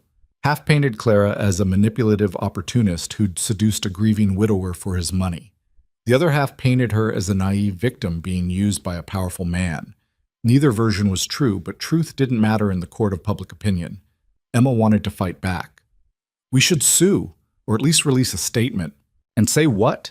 That I really do love him and I'm not after his money? They won't believe it anyway. Clara scrolled through another article calling her a social climber with dubious intentions. The best thing we can do is ignore it. Easy for you to say. They're not calling you a gold digger. Actually, they are. I've been called worse. But the media attention did something unexpected. It forced Ethan and Clara to define what they were to each other, to make a choice about going public or staying hidden. They chose public. Ethan released a statement through the company's PR team. I'm grateful to have found someone who reminds me that life continues after loss, that happiness is still possible, and that authenticity matters more than appearances. Clara Bennett is an exceptional person who has brought light back into my family's life. How she came into our lives is nobody's business but ours. Simple, direct, unapologetic. The media circus intensified for about a week, then moved on to the next scandal. Seattle's elite had opinions, some supportive, most judgmental. But Clara had stopped caring what Seattle's elite thought somewhere around the time Marcus tried to humiliate her at the gala. Marcus himself had been surprisingly silent. Too silent. The attack came on a Tuesday morning, 4 months after Clara's first day at Callaway Global Holdings. She was in her office when James appeared, looking shaken. "Miss Bennett, you need to see this." He handed her his tablet. On the screen was a press release from Marcus Callaway's lawyer. Marcus Callaway, concerned for the welfare of his nephew Noah Callaway, is filing for emergency custody based on evidence of an unstable home environment. Ethan Callaway's recent erratic behavior, including his relationship with an employee of questionable character, demonstrates his inability to provide appropriate care for a minor child. The court date is set for March 15th. Clara felt the blood drain from her face. "He's trying to take Noah." "It appears so." She ran to find Ethan. He was in a meeting with investors, but Clara didn't care. She burst through the door, handed him the tablet, and watched his face go white. "Get out," he said to the investors. "Meeting's over. Get out." They left quickly, sensing danger. Ethan read the statement 3 times, his hands shaking. Then he threw the tablet against the wall, shattering it. "He can't do this. He can't take my son. We'll fight it. We'll get lawyers. We'll..." "You don't understand. Marcus has money, connections, and he's been building this case for months. Every article about us, every photo, every criticism, he's been collecting evidence that I'm an unfit father." Ethan's voice broke. "And maybe he's right. Maybe I am." "Stop. You're an amazing father. I hired my girlfriend as my executive assistant. I put her in charge of major company events with no experience. I pulled Noah out of school because I couldn't handle the scrutiny. What judge is going to look at that and think I'm stable?" Any judge who actually meets Noah and sees how happy he is, how much he's progressed since I started working here, how much he talks now, how engaged he is. That won't be enough. Clara grabbed his shoulders, forced him to look at her. Then we make it enough. We show the court exactly who Marcus is, a manipulative sociopath who's using a child as a weapon. We show them who you are, a father who's doing everything possible to help his son heal. And we show them who Noah is, a kid who deserves to stay with the parent who actually loves him. Ethan pulled her into a hug, holding on like she was the only thing keeping him from falling apart. "I can't lose him, Clara. I can't lose Noah too." "You won't, I promise." Over the next 2 weeks, they assembled their defense. Character witnesses, therapy records showing Noah's progress, evidence of Marcus's previous attempts to manipulate and control. Their lawyers were optimistic but cautious. Family court was unpredictable, especially when one party had unlimited resources. The night before the hearing, Clara found Ethan in Noah's room. The kid was asleep, clutching his stuffed rabbit, completely unaware that tomorrow would decide his future. "You should get some sleep," Clara said quietly. "Can't.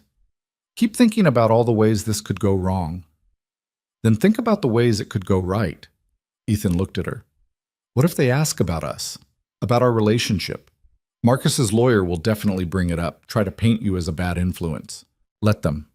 I'll tell the truth, that I care about you and Noah, that I'm not going anywhere, that our relationship is none of the court's business as long as Noah is safe and happy." You make it sound simple. It is simple.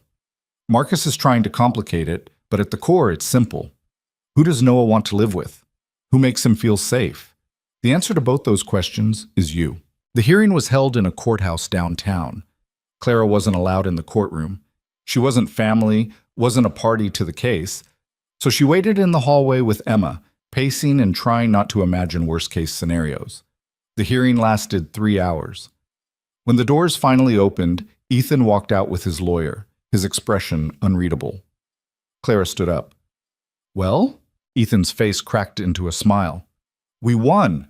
The judge dismissed the case, said Marcus provided no credible evidence of an unstable home environment, and that Noah's therapeutic progress speaks for itself.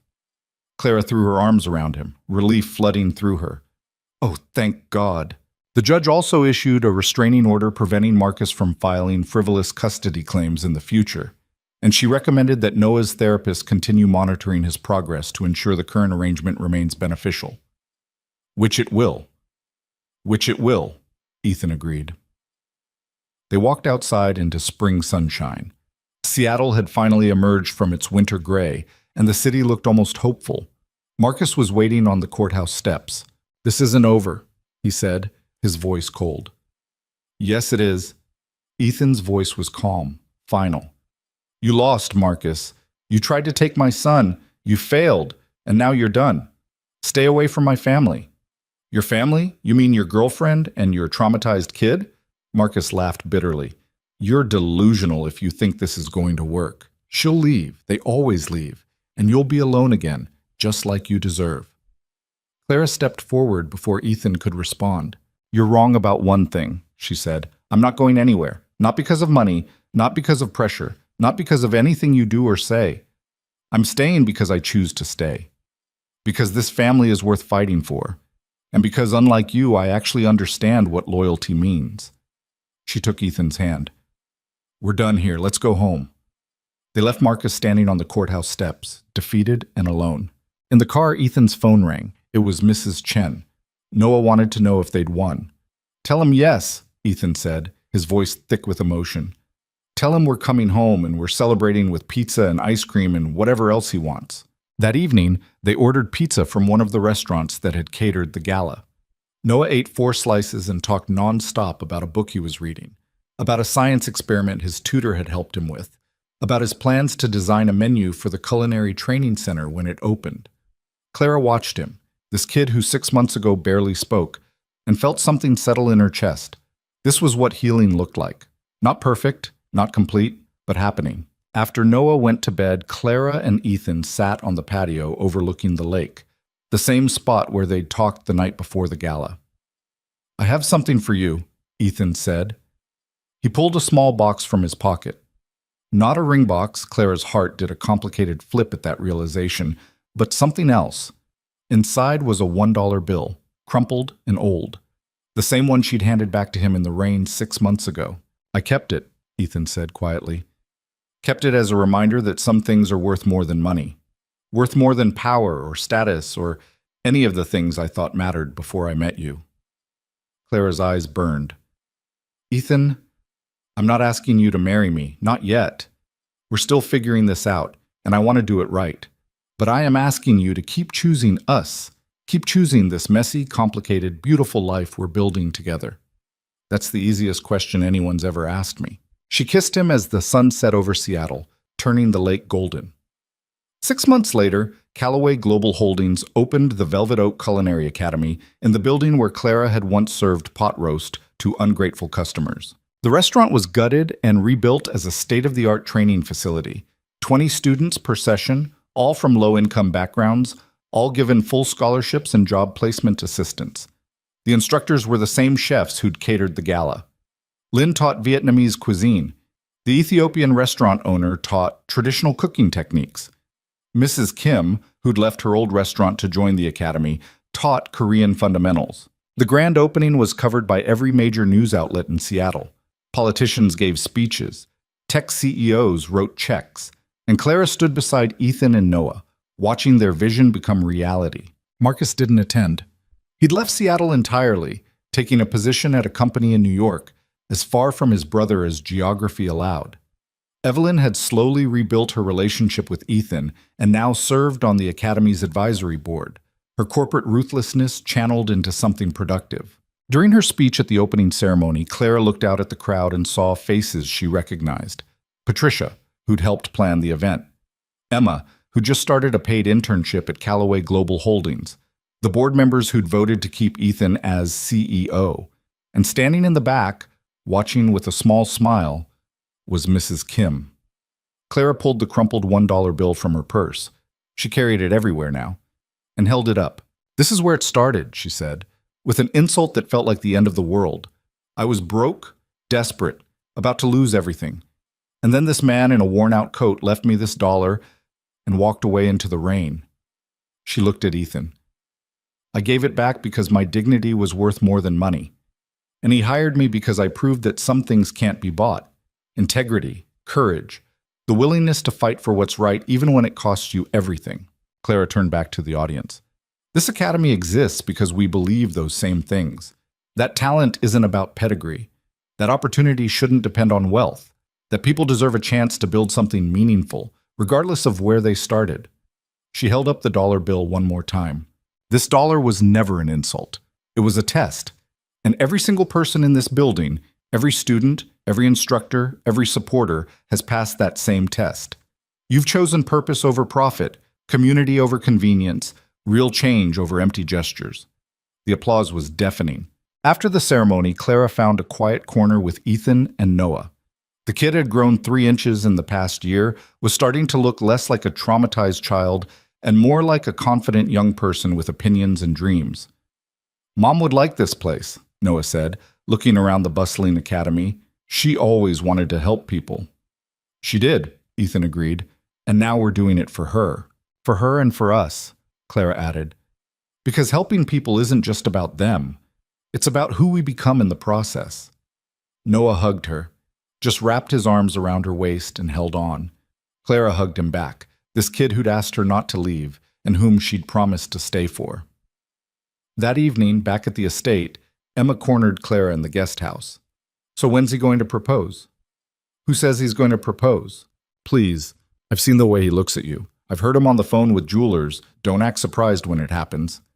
Clara threw a pillow at her. "Maybe I like being surprised." "You're going to say yes, right?" "Of course I'm going to say yes, but don't tell him I said that." Emma grinned. "Your secret's safe with me." 2 months later, Ethan proposed on the patio overlooking the lake, the same spot where they'd had so many important conversations. No big production, no elaborate setup, just the two of them and a ring that had belonged to his grandmother. Not Elizabeth's ring, Clara had made that clear, but a different piece of family history that felt like a bridge between past and future. "Marry me," Ethan said. "Not because I need someone to help run the company or take care of Noah, though you do both brilliantly, but because I can't imagine my life without you in it, because you make me want to be better, because you handed back a dollar bill and changed everything." Clara said yes before he could finish the speech. They married 6 months later in a small ceremony at the estate. Just family and close friends. Noah was the ring bearer, Emma was the maid of honor, and Mrs. Kim catered with help from the academy students. During the reception, Clara stood with Ethan watching people dance and laugh and celebrate. This life that had seemed impossible a year ago was now just life. Complicated and beautiful and occasionally messy, but real. "No regrets?" Ethan asked. "About what?" "Running into the rain. Giving back that dollar. Taking a chance on a complete stranger." Clara thought about it. About the girl she'd been. Broke, desperate, drowning in debt and fear. About the moment she'd chosen dignity over money, self-respect over survival. "My only regret," she said, "is that I didn't throw the dollar harder." Ethan laughed and kissed her, and Clara realized something she'd been too busy surviving to notice before. Happiness wasn't about having money or status or perfect circumstances. It was about the choices you made when everything fell apart, about who you chose to be when the world told you to settle for less. She'd been a waitress who refused to accept an insulting tip. Now she was a woman who'd helped build an academy, saved a family, and found love in the most unexpected place. But really, she was still the same person. Just someone who'd finally stopped measuring her worth by other people's standards. The crumpled $1 bill sat framed on Clara's desk at Callaway Global Holdings, a reminder of the night her life changed. People who visited her office always asked about it. She told them different versions of the story depending on her mood. Sometimes funny, sometimes serious, always true. But the version she told Noah, years later when he was old enough to understand, was the simplest. "That dollar taught me that you can't put a price on dignity, that the moment you know your worth is the moment you stop letting other people define it for you, and that sometimes the worst moments of your life are actually the beginning of something extraordinary." Noah, 15 now, and helping run the Academy's youth program, looked at the framed dollar and smiled. "So basically, that guy in the restaurant was a jerk but accidentally did you a favor?" Clara laughed. "That guy in the restaurant is your father. And yes, he was testing me. But I don't think either of us expected the test to last a lifetime." "Good thing you passed then." "Yeah, good thing. Because in the end, that's what Clara learned from a crumpled dollar bill and a man in a worn-out coat standing in the rain. Life isn't about the hand you're dealt. It's about how you play it. And sometimes the bravest thing you can do is walk away from money you desperately need because losing yourself costs more than losing everything else. Clara had walked away that night and walked straight into a future she never could have imagined, but one she'd earned by refusing to settle for anything less than she deserved.